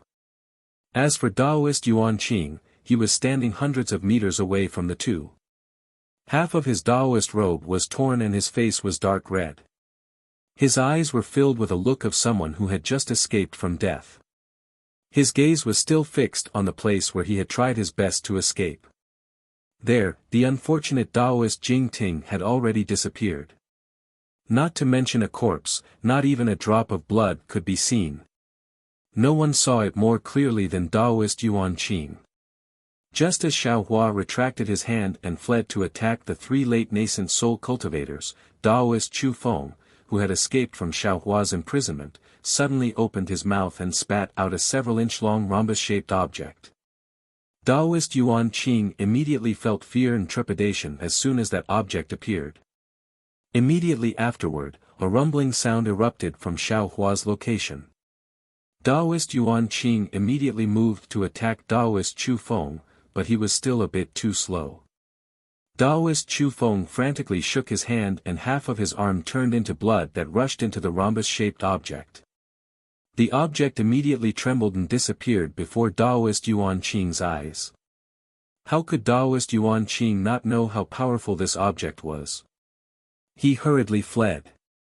Daoist Jing Ting's cultivation couldn't compare to Daoist Yuan Qing's, and his scheming was even more difficult to compare. Only after Daoist Yuan Qing fled did Daoist Jing Ting come to his senses. By the time he hurriedly brought out the heaven-shaking hammer, the rhombus-shaped object had already appeared in front of his chest. Bang, bang. The sound of air currents was the sound of the rhombus-shaped object breaking through Daoist Jing Ting's protective qi. Then, the rhombus-shaped object exploded loudly and Daoist Jing Ting's corpse was blown to smithereens. Even though Daoist Yuan Qing reacted quickly, he was still injured by this object. Not only was half of his body unable to move, but the qi and blood in his body were constantly surging and difficult to calm down. What is this thing? Why is it so powerful? It can even kill a mid-nascent soul cultivator. Daoist Yuan Qing thought to himself with lingering fear. I'm afraid, it's a destructive magic weapon specially refined by an expert related to Daoist Chu. While Daoist Yuan Qing was pondering, Xiao Hua's figure had already appeared where Daoist Jing Ting was standing just a moment ago. Xiao Hua merely swept over with his divine sense before he had time to look elsewhere. He heard Daoist Hua sneer behind him. You dare! Then, he saw Daoist Hua clap his hands and a fist-sized fire gourd flew into the air. A ferocious aura that seemed capable of destroying heaven and earth rushed out of the gourd's mouth. Damn it! Xiao Hua cursed, unable to restrain his anger. This matter couldn't be considered as his carelessness. He saw that Fairy Jing was able to confront three nascent soul cultivators by relying on her demonic beast and magic weapon. He only needed to break the confinement spell on the demonic beast. Then, he had Daoist Yuan Qing and Daoist Jing Ting on his side. 3 nascent soul cultivators and 1 demonic beast dealing with 7 nascent soul cultivators shouldn't be a problem. And when he saw the confinement spell on the demonic beast, he knew that there were definitely other powerful nascent soul cultivators within the array. Therefore, he broke the spell and lured them out. But Xiao Hua didn't expect Daoist Chu to actually have such a powerful magic weapon. This item was similar to the single-use magic weapon Xiao Hua refined when he was still a low-level cultivator. Moreover, this item was 100 times more powerful than Xiao Hua's. In particular, the lamentable Daoist Jing Ting was extremely unlucky. Daoist Yuan Qing was able to dodge it, but Daoist Jing Ting actually didn't react at all and was killed. Perhaps Xiao Hua would avenge Daoist Yuan Qing's death, but Daoist Jing Ting's death was something Xiao Hua must avenge.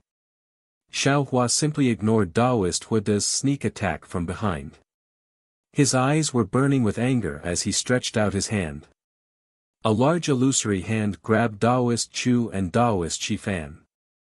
These two were nascent soul cultivators, but under Xiao Hua's fury, they couldn't resist at all. Now, they were like infants in Xiao Hua's hands. The two revealed fear in their eyes. They did their best to open their mouths as if calling for help from Daoist Huada. But before Daoist Huada's magic weapon could fly out, ft, ft, 2 consecutive sounds rang out. The bodies of the 2 nascent soul cultivators were crushed into meat paste amidst a burst of light. Save me, save me. Following the bloody light, 2 5-foot-long nascent souls clad in armor rushed out from the meat paste. Unfortunately, the 2 nascent souls were still flashing with golden threads at this time. Xiao Hua's confinement technique didn't only imprison their bodies, it also sealed their nascent souls. Boom!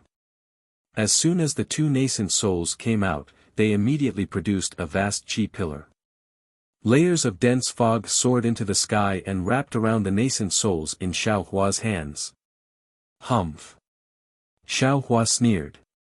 He opened his already prepared left hand and the sword gourd appeared. The thing with a nose and eyes on the gourd rushed out and immediately nailed Daoist Chu's nascent soul. Swoosh swoosh! The spirit-slaying origin light flew out and turned slightly. Daoist Chu's nascent soul's head didn't fall off, but its eyes lost their spirit and the brilliance around its body was immediately extinguished. Save me, save me! Daoist Shifan's nascent soul hurriedly cried out, Daoist Xiao, this junior didn't, shut up. Xiao Hua roared and pointed at the sword gourd. The spirit-slaying origin light from the sword gourd went past Daoist Shifan and rushed towards Daoist Huada. However, a scarlet flame also flew out from Daoist Huada's fire gourd and pierced towards Xiao Hua with incomparable speed. Crackle crackle. There was another violent explosion. Hundreds of sparks splashed out from the spirit-slaying origin light and the scarlet flame. Circles of ripples rippled through the air. The group of cultivators who were originally standing behind Daoist Huada were greatly shocked and hurriedly retreated. Humph! Xiao Hua snorted coldly. He looked at Daoist Shifan in his hands and said coldly, Daoist Chu is domineering and you actually fan the flames. If he doesn't have the Tao in his heart, how can you have the Tao? Although I didn't have the intention to kill you before, I can't do anything about your repeated provocations. I had no choice but to take action. As for you, losing your physical body is also a punishment. I won't let my hands be stained with blood again.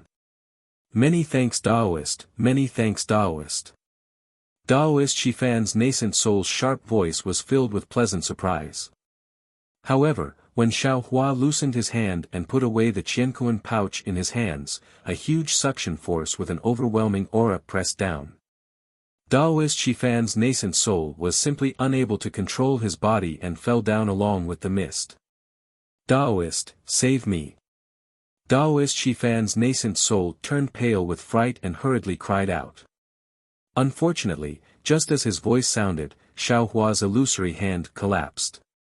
Even someone as strong as Xiao Hua couldn't resist under the intentional arrangement of Star Lord Hall.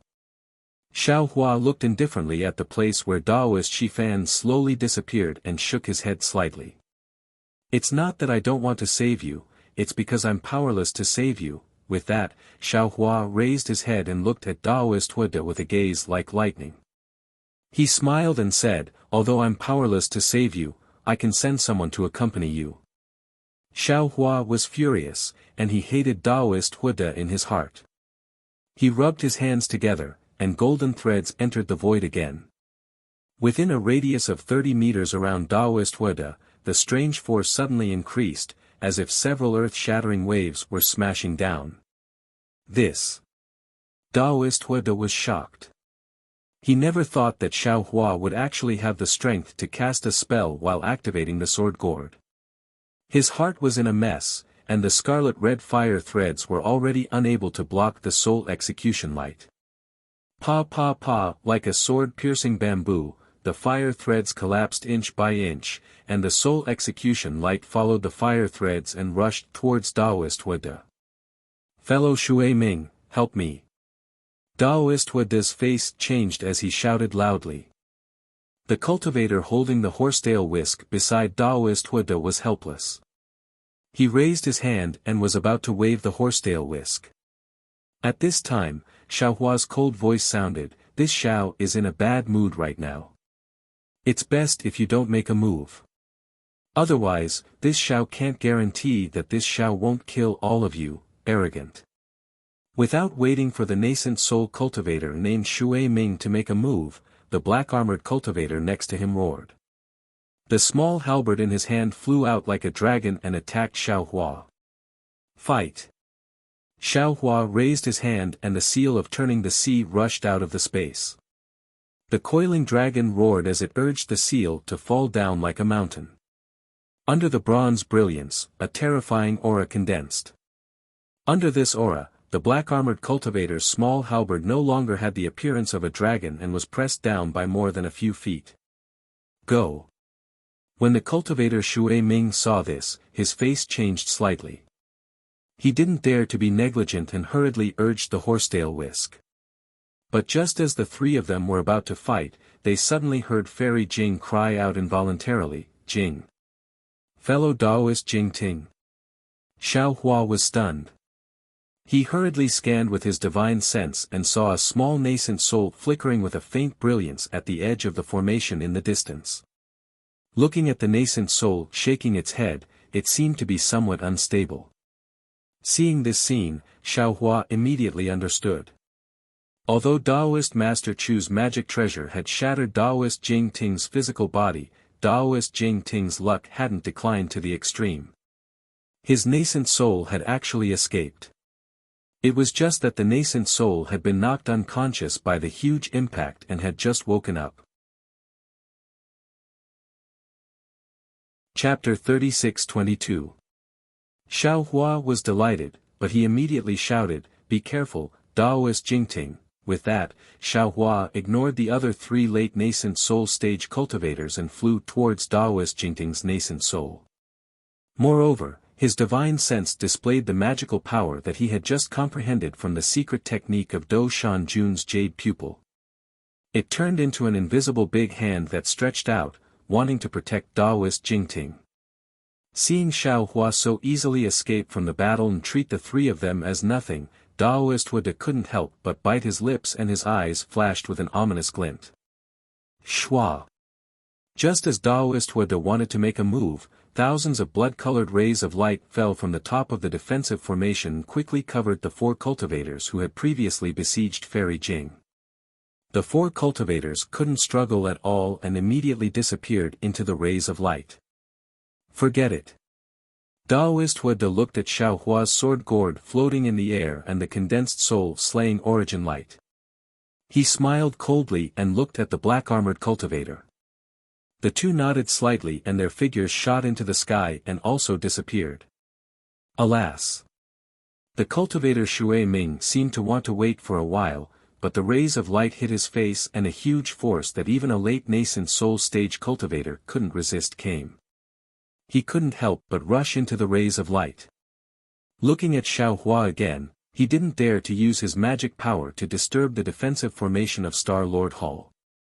He only dared to use the divine ability he had just comprehended and never used. However, he was still too late. Without waiting for the hand formed by his spiritual sense to fall, a thick fog suddenly rose and a pillar of vast chi came crashing down. Daoist Jingting's nascent soul hadn't woken up yet and was sucked into it in a moment. The nascent soul only had time to scream before it disappeared. Boom! The nascent soul had just disappeared, but the thick fog didn't dissipate. The vast chi pillar seemed to have been hit by a huge fist and broke into two with a boom. After the wind whistled, Xiaohua's figure appeared there with a very angry and regretful expression on his face. Staring at the place where Daoist Master Jing Ting's nascent soul disappeared, Xiaohua's brows furrowed tightly. He had already seen this kind of strange situation before, but he didn't notice anything strange at all, so it was impossible for him to see anything strange now. If he had never seen Xian Songzi, perhaps he would be like ordinary cultivators and think that Star-Lord Hall was protecting the Taoist cultivators. He would wait until the Yao Tai meeting to find Jinren Jingting. However, Xian Songzi's Yuanying and the two Yuanying whose primordial spirits were erased reminded him that the Confucian cultivators would not kill the physical bodies of these three Yuanying cultivators for no reason. If the emperor of a country had such an intention, Star-Lord Hall would have even more. Of course, even if this was really a method used by the Star-Lord Hall to protect their nascent souls, Xiaohua still had to get to the bottom of it. He had to kill the nascent souls of Reverend Chu and Reverend Xiangtian. He absolutely couldn't let them escape. Daoist Master. Just as Xiaohua was pondering, a timid voice came from not far away. It was Fairy Jing who had collected her demon beast and flew over. Yes. Xiaohua's gaze swept over Fairy Jing. He nodded slightly with an indifferent expression on his face. Fairy Jing reached into her bosom and took out a jade box. She handed it over respectfully and said in a low voice, "This is the Ren Jing I obtained from the Shazhou's formation. Senior must have come for it. I caused Daoist Jingting's death and also received Daoist Master's help. I have nothing to repay you with." Yes, Xiaohua declined to comment. He beckoned with his hand and the jade box fell into his hand. Looking at the restrictions and talismans covering the box, Xiaohua opened his mouth and a beam of sword light fell. All the restrictions were broken. Fairy Jing's heart skipped a beat as she saw this. She secretly rejoiced at her own actions. Contrary to Fairy Jing's expectations, Xiaohua opened the jade box and saw the so-called Ren Jing inside. An expression of not knowing whether to laugh or cry appeared on his face. He then raised his head and asked, "Li Jing, are you sure this is the Ren Jing of the heavenly soul, earthly soul, and Ren Jing?" "What? Could it be that this isn't a Ren Jing?" Fairy Jing was also stunned. Looking at the spirit fruit that looked like half a gourd, she asked curiously, "This Ren Jing is thin at the top and thick at the bottom. Isn't it a nurturing essence? If this isn't a Ren Jing, then what is it?" "Oh." Hearing Fairy Jing's words, Xiaohua was slightly absent-minded. It seemed that a long time ago, there was a woman called Kaizhuxia who said to him, "Daoist Xiao, look. That mother-child spirit fruit is thin at the top and thick at the bottom. Isn't it a nurturing infant? That's why it's called mother-child spirit fruit. Daoist Xiao." At this moment, Daoist Master Yuan Qing transmitted his voice from the distant sky. The defensive formation is about to be sealed by Star-Lord Hall. Daoist Xiao should quickly follow this multicolored light out of the defensive formation. Hearing this, Xiaohua looked up. Sure enough, there was no one else in the sky except for Daoist Master Yuan Qing. The blood-red multicolored light had already filled the sky and was about to approach Daoist Master Yuan Qing. "Daoist Master Yuan Qing, you go first. I'll be right there." Xiaohua thoughtfully glanced at Daoist Master Yuan Qing. After thinking for a moment, he transmitted his voice again. Daoist Master Yuan Qing naturally knew that Xiaohua needed this Renjing, so he didn't delay any longer. His figure flew up and disappeared into the multicolored light. Daoist Xiao. Fairy Jing said with a smile, ever since I saw this item in the Sand Province, I've been looking for ancient records. Finally, I found the source. The records in the ancient records are exactly the same as this item. There should be no mistake. What do you want this item for? Xiaohua looked at Fairy Jing with narrowed eyes and asked very abruptly. A trace of sorrow appeared on Fairy Jing's face, but it was instantly washed away by the water-like mist. She said in a low voice, "This is my secret. I hope Daoist Xiao can understand." Xiaohua nodded and extended his hand. "Give me the jade eye that records how to use this item."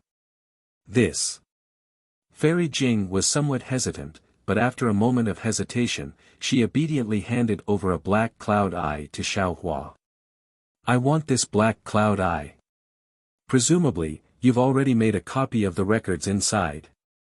Xiaohua took the black cloud eye and closed the jade box. He threw it to Fairy Jing and said, "I have no use for this item. You can keep it for yourself." Ah! Fairy Jing was truly overjoyed. She took the jade box with some disbelief. Xiaohua waved his hand and said, "Don't be in a daze. Hurry up and go. If you're stopped by Daoist Master Huada and the others, you can say that I took the Renjing." Many thanks, Daoist Xiao. Fairy Jing was even more delighted. She quickly received the jade box and bowed. Xiaohua waved his hand and suddenly asked, "Right, what's the name of your demonic beast?" Fairy Jing was taken aback. She didn't dare to hide anything and hastily replied, "Its name is Yinghua." "Oh." Xiaohua raised his eyebrows. "What a fierce name. No wonder its aura is so fierce." Fairy Jing looked at the light above her head and clapped her hand. She took out a jade slip and gave it to Xiaohua. She said, "Daoist Xiao, this is where Junior's cave is located. Junior's strength can't compare to Daoist Zhao's, but I'm in charge of a small country close to the coast. There are often cultivators and Confucian scholars hunting the demons that escape from the thousand-demon sacred realm. If Senior is interested in demonic beasts, Junior will welcome you." "Okay." Xiaohua smiled and took the jade slip. He waved his sleeve and said, "You should go as well." Yes, Fairy Jing didn't know why Xiaohua didn't leave, but she didn't dare to ask. She flew into the light. After Fairy Jing left, Xiaohua said, "Green-robed Daoist, did you notice something?" A voice came from above Xiaohua's head. It was the formless nascent soul controlled by green-robed Xiaohua. "Let me tell you, fellow Daoist. When I control our nascent souls and leave our bodies, there will be a faint suction force. It's as if a ferocious tiger is watching us from afar. I can sense it. As long as I control my nascent soul to leave your body, the suction force will reveal its teeth at any time. As fellow Daoist already saw, this suction force isn't something you and I can deal with right now." Green-robed Xiaohua's voice was a bit distant. He seemed to be thinking about something. "However, although this suction force is powerful, my nascent soul and my body are protected by the power of heaven and earth. This protection is the fundamental reason why the suction force can't appear." Hiss. Xiaohua sucked in a breath of cold air. He narrowed his eyes and looked at the increasingly diffusing blood-red light. He said in a low voice, "Fellow Daoist, we don't have much time. Do you have any ability to help I rescue Daoist Jingting?" "No." Green-robed Xiaohua answered decisively, "When I encountered this huge suction force and you and I saw the abnormality, I already started to investigate the secret technique. According to I's feeling, and I's discussion with fellow Daoist Confucian, I feel that this is a huge defensive formation, but we can't be sure. At the same time, this defensive formation is definitely not something you and I can break with our current cultivation levels." Xiao Hua's eyes flashed with a trace of severity. He said again, "So, this is the work of Star-Lord Hall. The problem is..." Green-robed Xiao Hua sneered, "This Jade Pavilion gathering is the work of Star-Lord Hall. It's only logical that there is a defensive formation that can kill nascent soul cultivators." "That's right." Xiao Hua touched his chin with his hand and nodded slightly. "This is what the secular people say, Zhou Yu beats Huang Gai, one is willing to beat and the other is willing to suffer." Zhou Yu? Huang Gai? Green-robed Xiao Hua was stunned. Who is this? Was it written in the books of Confucian cultivators? It's just a ruse of self-injury. There's no gimmick even if it's exposed. Xiao Hua was somewhat impatient. His thoughts turned rapidly. After all, it was his idea to come to the defensive formation in Shazhou. Moreover, when he saw that Ren Jing was a mother-child spirit fruit, he was extremely regretful. If he hadn't taken things for granted and didn't ask more questions, he would have known the truth about Ren Jing before entering the defensive formation. Then, Daoist Jingting might not have had to follow him to this defensive formation and Daoist Jingting might not have fallen. Especially since Daoist Jingting had already pledged allegiance to Xiao Hua and placed his future on Xiao Hua.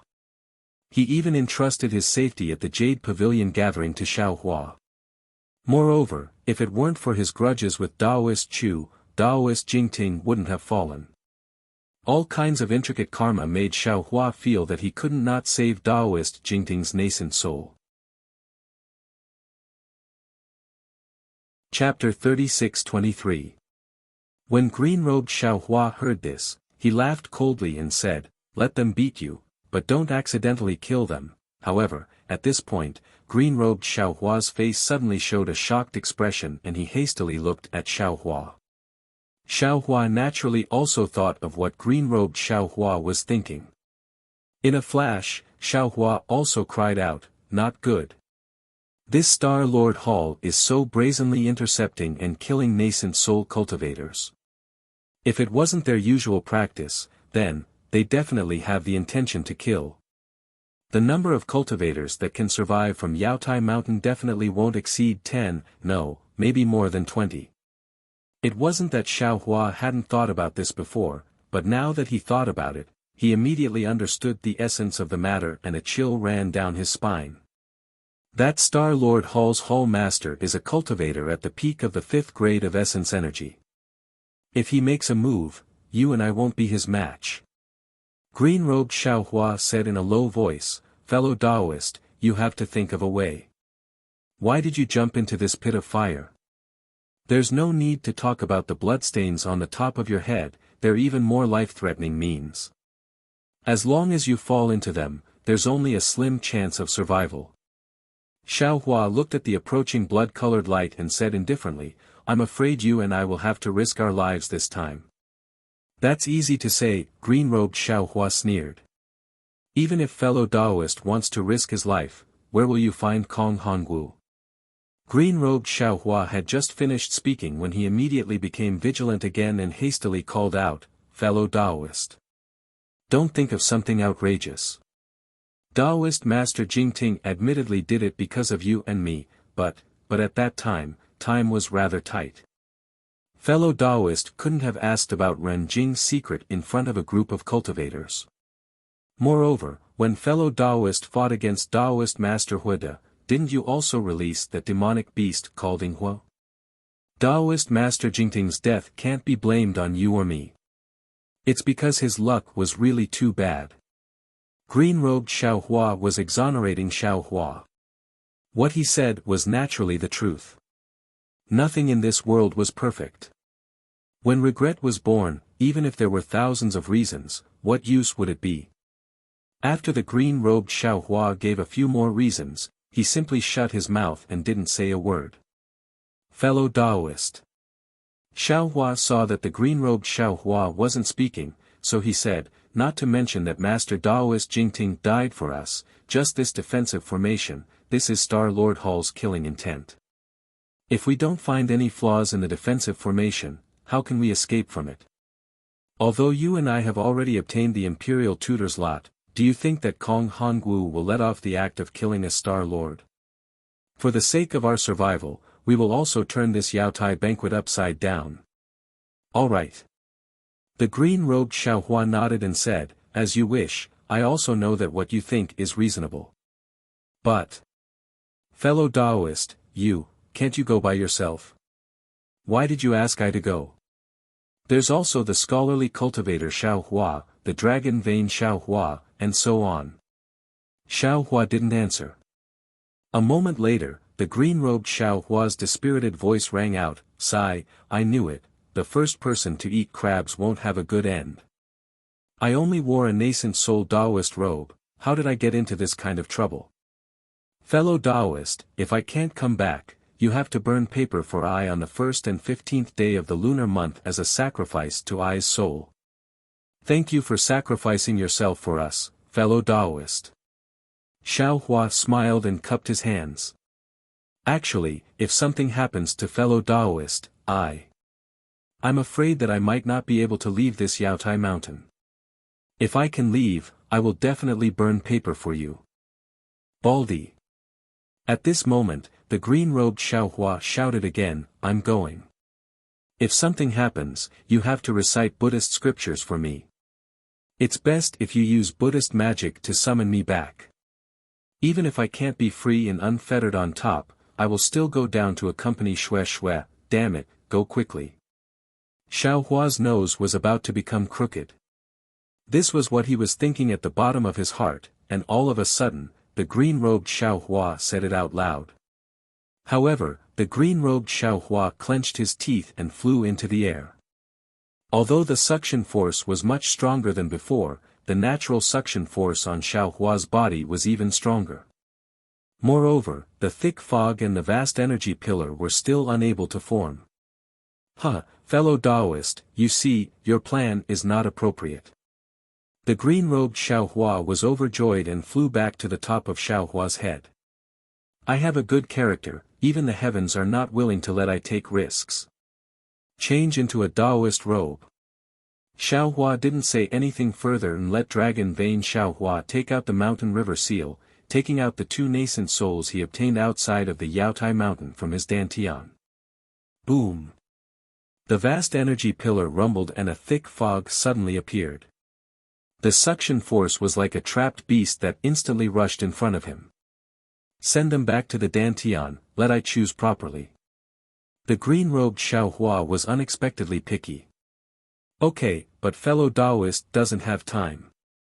If I leave with the blood-colored light and fellow Taoist is received by the Imperial formation, I'm afraid you will be separated from Taoist Jing Ting's nascent souls.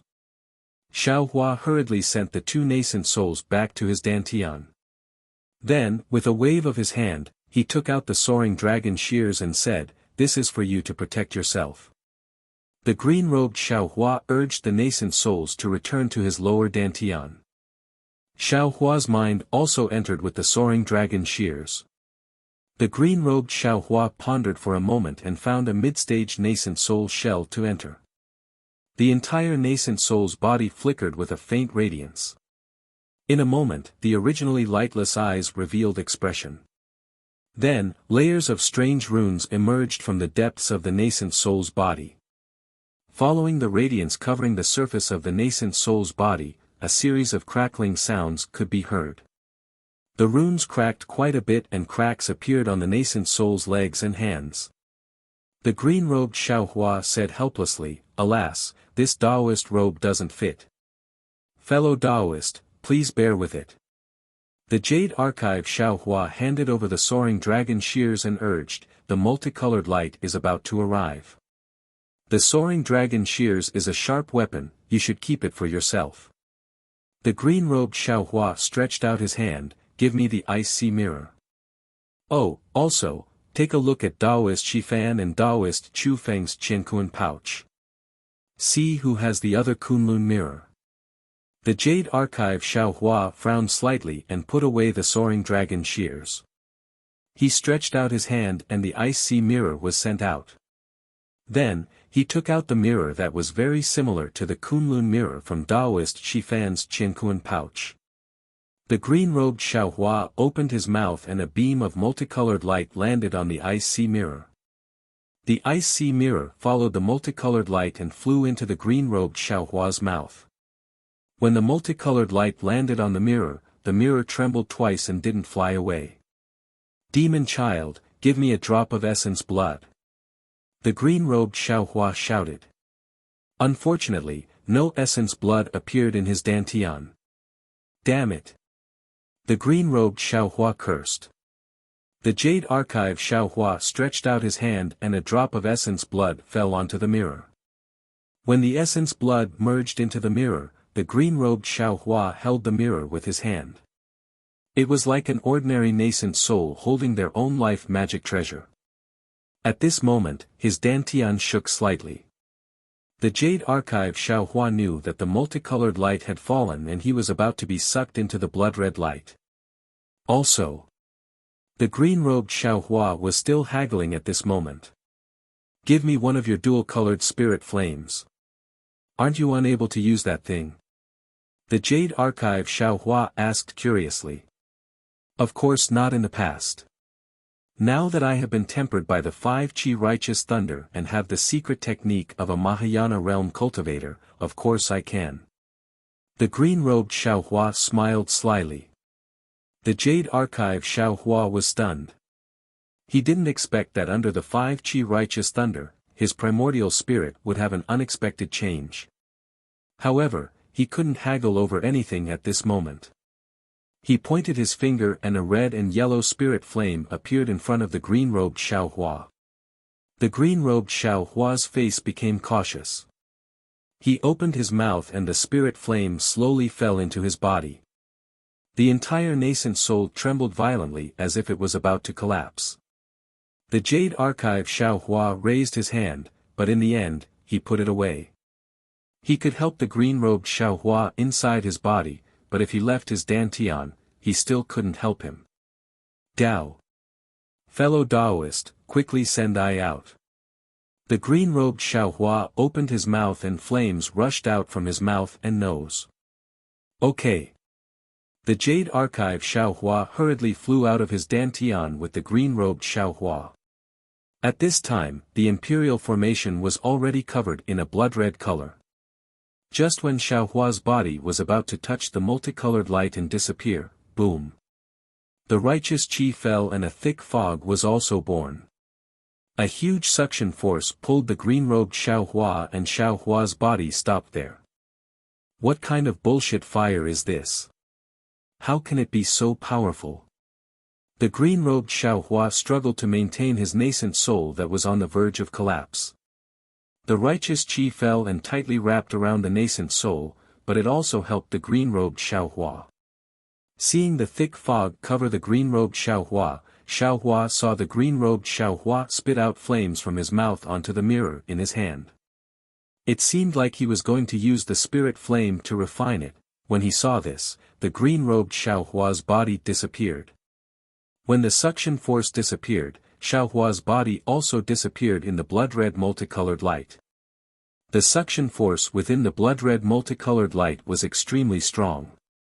Moreover, when the multicolored light landed around Xiaohua, it immediately condensed layers of inscriptions. These inscriptions were like blood-red armor that completely covered Xiaohua. Countless poems and articles flowed within the inscriptions, giving birth to an unspeakable imprisonment. This imprisonment was like thorns that deeply pierced into Xiaohua's skin. Even though his body was as strong as a demon's body, most of his magic power was still imprisoned, making him unable to struggle at all. What was special was that these inscriptions isolated spiritual sense, Buddhist sense and soul sense. Xiaohua could only see the inscriptions unceasingly flowing in front of him. It was as if he was at the bottom of the sea. His entire body was supported by the multicolored light and shot up like an arrow. Although Xiaohua's spiritual sense and other divine abilities were unable to be used, Xiaohua was not in a hurry. This was because he could still sense the danger of the green-robed Xiaohua's pillar of righteous qi. Currently, the green-robed Xiaohua had already passed through the most dangerous stage. Under the imprisonment of the defensive formation, he was using the uncontrollable spirit flame to refine the ice-deadly mirror. However, the defensive formation seemed to be at the very bottom of the Yaotai mountain. The green-robed Xiaohua had been traveling in the thick fog for a long time without any signs of stopping. Suddenly, Xiaohua frowned. His perception of the green-robed Xiaohua suddenly began to weaken. Not good. Xiaohua immediately knew that something was wrong. This was because he had already encountered this kind of perception when he was in the Dawn Rain continent. It was when his phoenix Dharma body fell into the void. However, at that time, his perception was abruptly cut off. Chapter 36-24. Although Xiaohua knew that the situation was not good, what could he do now that he was here? However, it was also strange. Not long after, the perception became stronger again. Xiaohua could actually feel the uneasiness of the green-robed Xiaohua. As Xiaohua rushed into the sky, the perception became intermittent. When the inscriptions in front of Xiaohua's eyes gushed out like a fountain, a burst of light and darkness intertwined.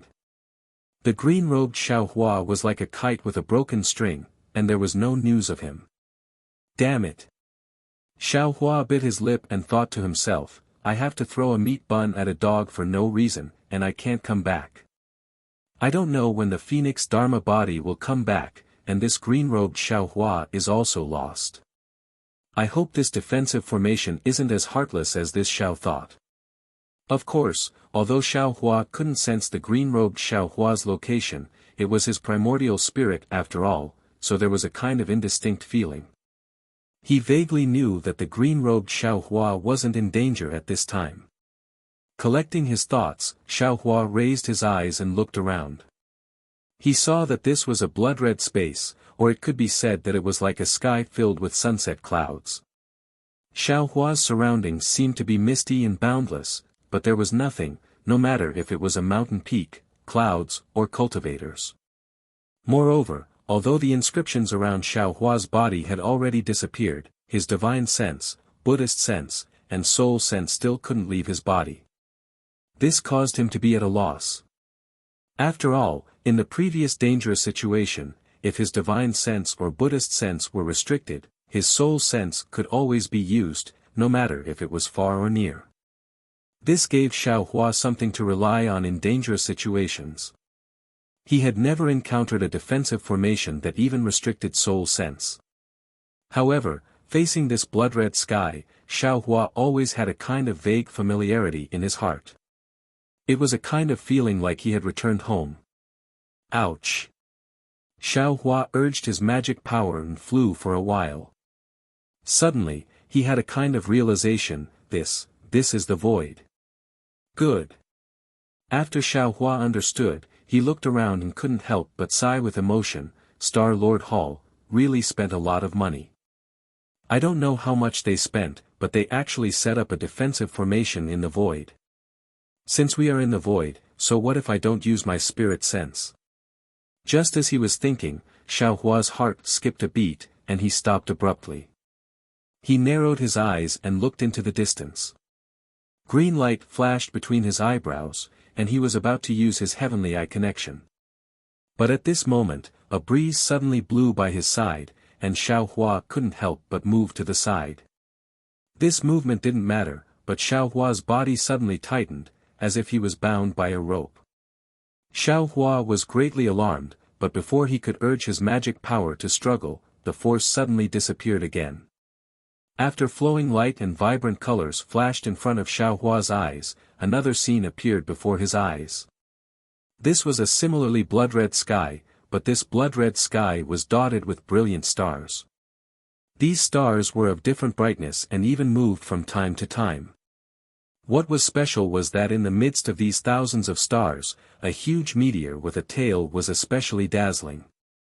Unfortunately, before Xiaohua could take a few more glances, boom! A strong sound broke through the air from behind Xiaohua's head, and a force more violent than a thunderbolt covered Xiaohua's entire body.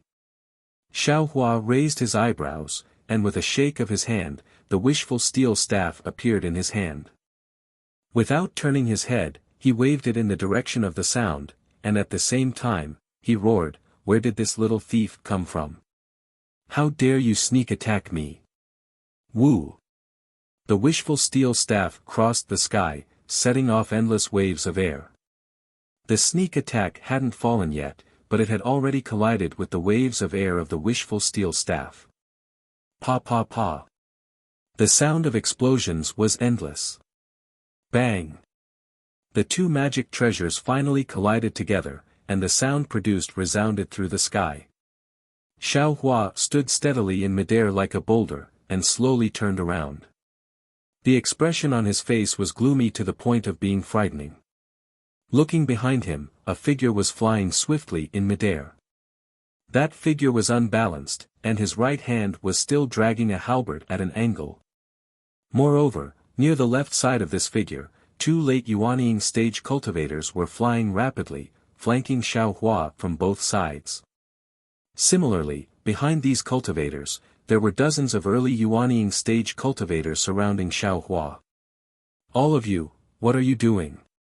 Xiao Hua's roar was like a thunderclap, his eyes flashing with fury. He came to the Jade Pavilion meeting to win the lot of the Imperial Preceptor, and he also wanted to help Jiang country establish a country, so that he could establish a Dao sect and prosper it. However, he had not yet established a country, and he had only taken one step in the journey of 100 miles. Not only did he encounter the obstruction of many Confucian cultivators, but he was also schemed against by the Dao sect cultivators. He was not afraid of the Confucian cultivators, after all, they were enemies, but the Dao sect cultivators frequently plotted against him, which really made Xiao Hua's heart cold. Now that he saw dozens of Yuanying stage cultivators not killing the Confucian cultivators, but besieged by others to besiege him, Xiao Hua suddenly felt his blood turn cold. He reflected on it a little. He didn't know if his previous thoughts were correct, and he didn't know if everything he planned for the Dao sect was worth it. People, maybe it's better to be selfish. There is a saying that one must first settle the internal affairs. There is indeed some truth. Under Xiao Hua's roar, naturally no one would answer. Xiao Hua narrowed his eyes, just like that day in the Black Wind Ridge. He only looked indifferently at the group of Yuanying stage cultivators hurriedly setting up the formation, and there was no movement to escape at all. Xiao Hua's calmness made Hua Dezhenren, who wanted to urge his magic weapon to stop Xiao Hua from escaping, calm down. As for Xiao Hua's right, it was the nascent soul cultivator called Shui Ming. He still had the attitude of an expert, and his steps were half a beat slower. However, he still blocked the direction of Xiao Hua's escape. After the formation was completed, Hua Dezhenren slowly flew out and said coldly, "Xiao Hua, you should obediently accept your punishment. Let me ask you, you are a Confucian cultivator. Why did you sneak into my Dao sect cultivators? It's not easy for us to participate in the Jade Pavilion meeting, but you still want to come in and participate. Did you receive a secret order from the Star Lord Hall to kill us Dao sect cultivators?" Xiao Hua's chin was slightly raised as he looked at Hua Dezhenren with a face full of disdain. However, he then looked at the cultivator behind Hua Dezhenren and said, "Old thief Huada, if you want to commit a crime, why worry about the pretext?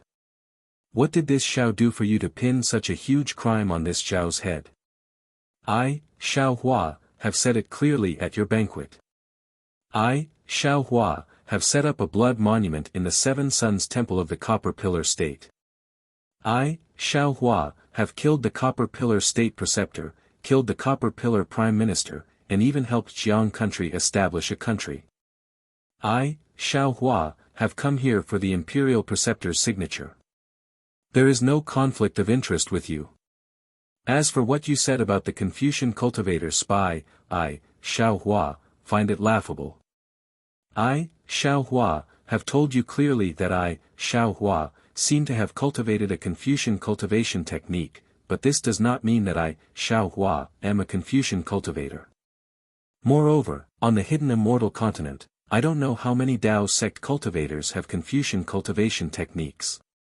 If you use this to speak, the entire hidden immortal continent's Dao sect I'm afraid there aren't many real cultivators. What's the use of saying all this? Hua Dezhenren sneered, no one will admit it at this time. Seeing how sincere you are, you must have worked hard in the copper pillar state. How about this, you only need to seal your cultivation. When this old man investigates your background, I will return your innocence. With just you. Xiao Hua's face revealed an incomparable sneer. Alas! Immediately after, Xiao Hua looked at the nearby cultivators with indifference, schadenfreude, ridicule, and sympathy on their faces. He sighed and said loudly, "You are all Dao sect cultivators. Your hearts are the same as Xiao Hua's. Xiao Hua knows that you are forced by the situation and have no choice but to submit to power. Now, Xiao Hua will give you all a chance." Speaking up to here, Xiao Hua paused for a moment and said slowly, "Now, if you all leave, this old man will not bicker with you all. If this old man counts to 10 and you all are still here, then, don't blame this old man for being ruthless." After waiting for a moment, Xiao Hua opened his mouth and said, 10, ha ha ha. Not only Hua Dezhenren laughed, but the black-armored cultivator next to him also raised his head and laughed. He pointed the long halberd in his hand and said, "Fellow cultivator Hua De, now this old man really believes what you said. This kid is really arrogant. The matter of the Seven Sons Temple setting up the blood steel seems to be true. Only such an arrogant person can do such a thing." 9. Xiao Hua ignored him and kept counting with his hands behind his back. "Fellow cultivator Ao is wrong," Hua Dezhenren said with a smile, "his arrogance is deliberately mystifying. He is only a mid-nascent soul cultivator. How dare he set up a blood steel in the country of Confucian cultivators? Any normal Dao sect cultivator can't do such a thing that Confucian cultivators are afraid of. Who would be so reckless as to cause trouble for themselves? Other than trying to cover up and attract our attention and treat him as a real Dao sect cultivator, this old man can't think of any other possibility. Is this guy stalling?" The cultivator surnamed Ao frowned and looked at Hua Dezhenren. Hua Dezhenren pretended to think, looked up and down, and shook his head slightly. "This old man doesn't think so. If he is stalling, then he is waiting for the Star Lord Palace's help. But if the Star Lord Palace makes a move, he will be useless." 8. Xiao Hua still said. Hua Dezhenren looked up and said, "Shui Mingzi, what do you think?" Shui Mingzi waved his horsetail whisk in the air and said with a smile, "Don't ask this old man. You and Ao Zhantian can decide." 7. Forget it. Ao Zhantian put away the halberd in his hand and said coldly, "This old man was going to make a move. Then, this old man will see what this guy is going to do." Among the fellow Taoists near this old man, how many of them are wavering? 6. This old man thinks so too. Hua Dezhenren also looked to the left. The nascent soul cultivators who met his gaze all lowered their heads, not daring to look him in the eye. These cultivators didn't do that under Xiao Hua's gaze. Clearly, in the face of power, the so-called conscience was worthless. 5, 4, 3, in the air, only Xiao Hua's voice could be heard. Everyone was waiting there quietly. It was as if they were watching a joke, and also as if they were waiting for the verdict. 2. Chapter 36-25. Seeing that the number 1 is about to arrive, an older cultivator's expression slightly changes. He opens his mouth and yells, "Junior is not talented. I came to the Jade Pavilion gathering to look for treasures, not to kill Daoist cultivators." Regardless of whether Xiao Hua is a Daoist cultivator or not, it has nothing to do with Junior. With that, the cultivator hurriedly flies several feet away, trying to break out of the encirclement. "Damn it!" Hua Dezhenren roars, "Xiong Yi, you dare to embarrass me." With that, Hua Dezhenren waves his hand. A fire shuttle of several inches in size falls in the air, turning into a stream of light and stabs at the cultivator. Before the fire shuttle reaches the cultivator, its monstrous ferocious aura has already enveloped the cultivator Xiong-yi in a radius of several dozen feet. Xiong-yi is shocked. He is only an early nascent soul cultivator. How can he withstand the anger of a late nascent soul cultivator? He also didn't expect that Hu Dezhenren would be so shameless as to kill him in front of everyone. 1. Xiao Hua says coldly. His gaze is like lightning, and his voice is so cold that it can penetrate the bones. Except for Xiong-yi, you, from now on, are not yourselves. While speaking, Xiao Hua rubs his hands. Rumble, a bolt of lightning as thick as a child's arm appears out of thin air, hitting the fire shuttle of Hu Dezhenren. This time, Xiao Hua is really angry. This bolt of lightning contains a huge force. Just this one bolt of lightning immediately cleaves the entire fire shuttle down from the air, causing several cracks to appear on the surface of the fire shuttle. How is this possible? Hu Dezhenren is shocked. This defensive formation can't use divine sense. How can you use this lightning technique? Xiao Hua doesn't pay attention to Hu Dezhenren and whispers in his heart, fellow Taoist, where are you? Hey, why did you call me? Xiao Hua seems to be unhappy. This is your Taoist matter. What does it have to do with me? Fellow Taoist's nascent soul. I'm afraid it's not easy for me to control it. I understand. But in a moment, you have to help. Xiao Hua understands and doesn't force Xiao Hua. He sends him back to his Dantian and says to Dragon Vein Xiao Hua, fellow Taoist, can you control your nascent soul? It's finally Ai's turn. Let I have a try. Dragon Vein Xiao Hua was overjoyed and rushed into his lower Dantian. He saw that the Yuanying was emitting an intense golden brilliance. The originally nebula-shaped formless body actually transformed into the shape of a dragon. Rumble. As soon as Dragon Vein Xiao Hua rode his nascent soul out of the space, he immediately waved his dragon claw and several bolts of lightning thicker than buckets fell down in the shape of a dragon. It was precisely aimed at the two early nascent soul stage cultivators. Those two cultivators were already prepared for battle and hastily activated their magic treasures. Unfortunately, they only heard two blood-curdling screams. Two magic treasures that had been tempered for who knows how many years were actually split into pieces by the lightning. Oh! Not to mention that Hu Dezhenren and the others were so shocked that their eyeballs were about to fall out, even Xiao Hua himself was abnormally surprised. His own nascent soul has a thunder core. Although he can't release his divine sense in this defensive formation, he can still control the heavenly thunder. This is his unique ability, but he never thought that Dragon Vein Xiao Hua's lightning controlling technique is actually more powerful than his main bodies. However, Xiao Hua immediately understood. He used a Dao Sect spell to activate his nascent soul, or it was due to the instinct of the thunder core. This Dragon Vein Xiao Hua not only used a Dao Sect spell, but also because of the national artifact, Mountain River Seal, he can also control the 5 Qi Thunder. Presumably, the power of the 5 Qi Thunder in the defensive formation laid down by this Confucian cultivator is even more ferocious than the Dao Sect's lightning power. Old thief Huda, give me your life. Xiao Hua was overjoyed. He clapped his hand and the sword gourd rushed out. At the mouth of the sword gourd, something with a nose and eyes appeared.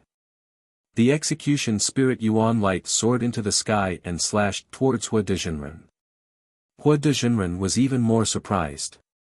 After all, Xiao Hua's lightning controlling technique is still activated. This lightning controlling technique is facing dozens of nascent soul cultivators. The cultivation of these nascent soul cultivators is not much different from Xiao Hua's cultivation on the surface.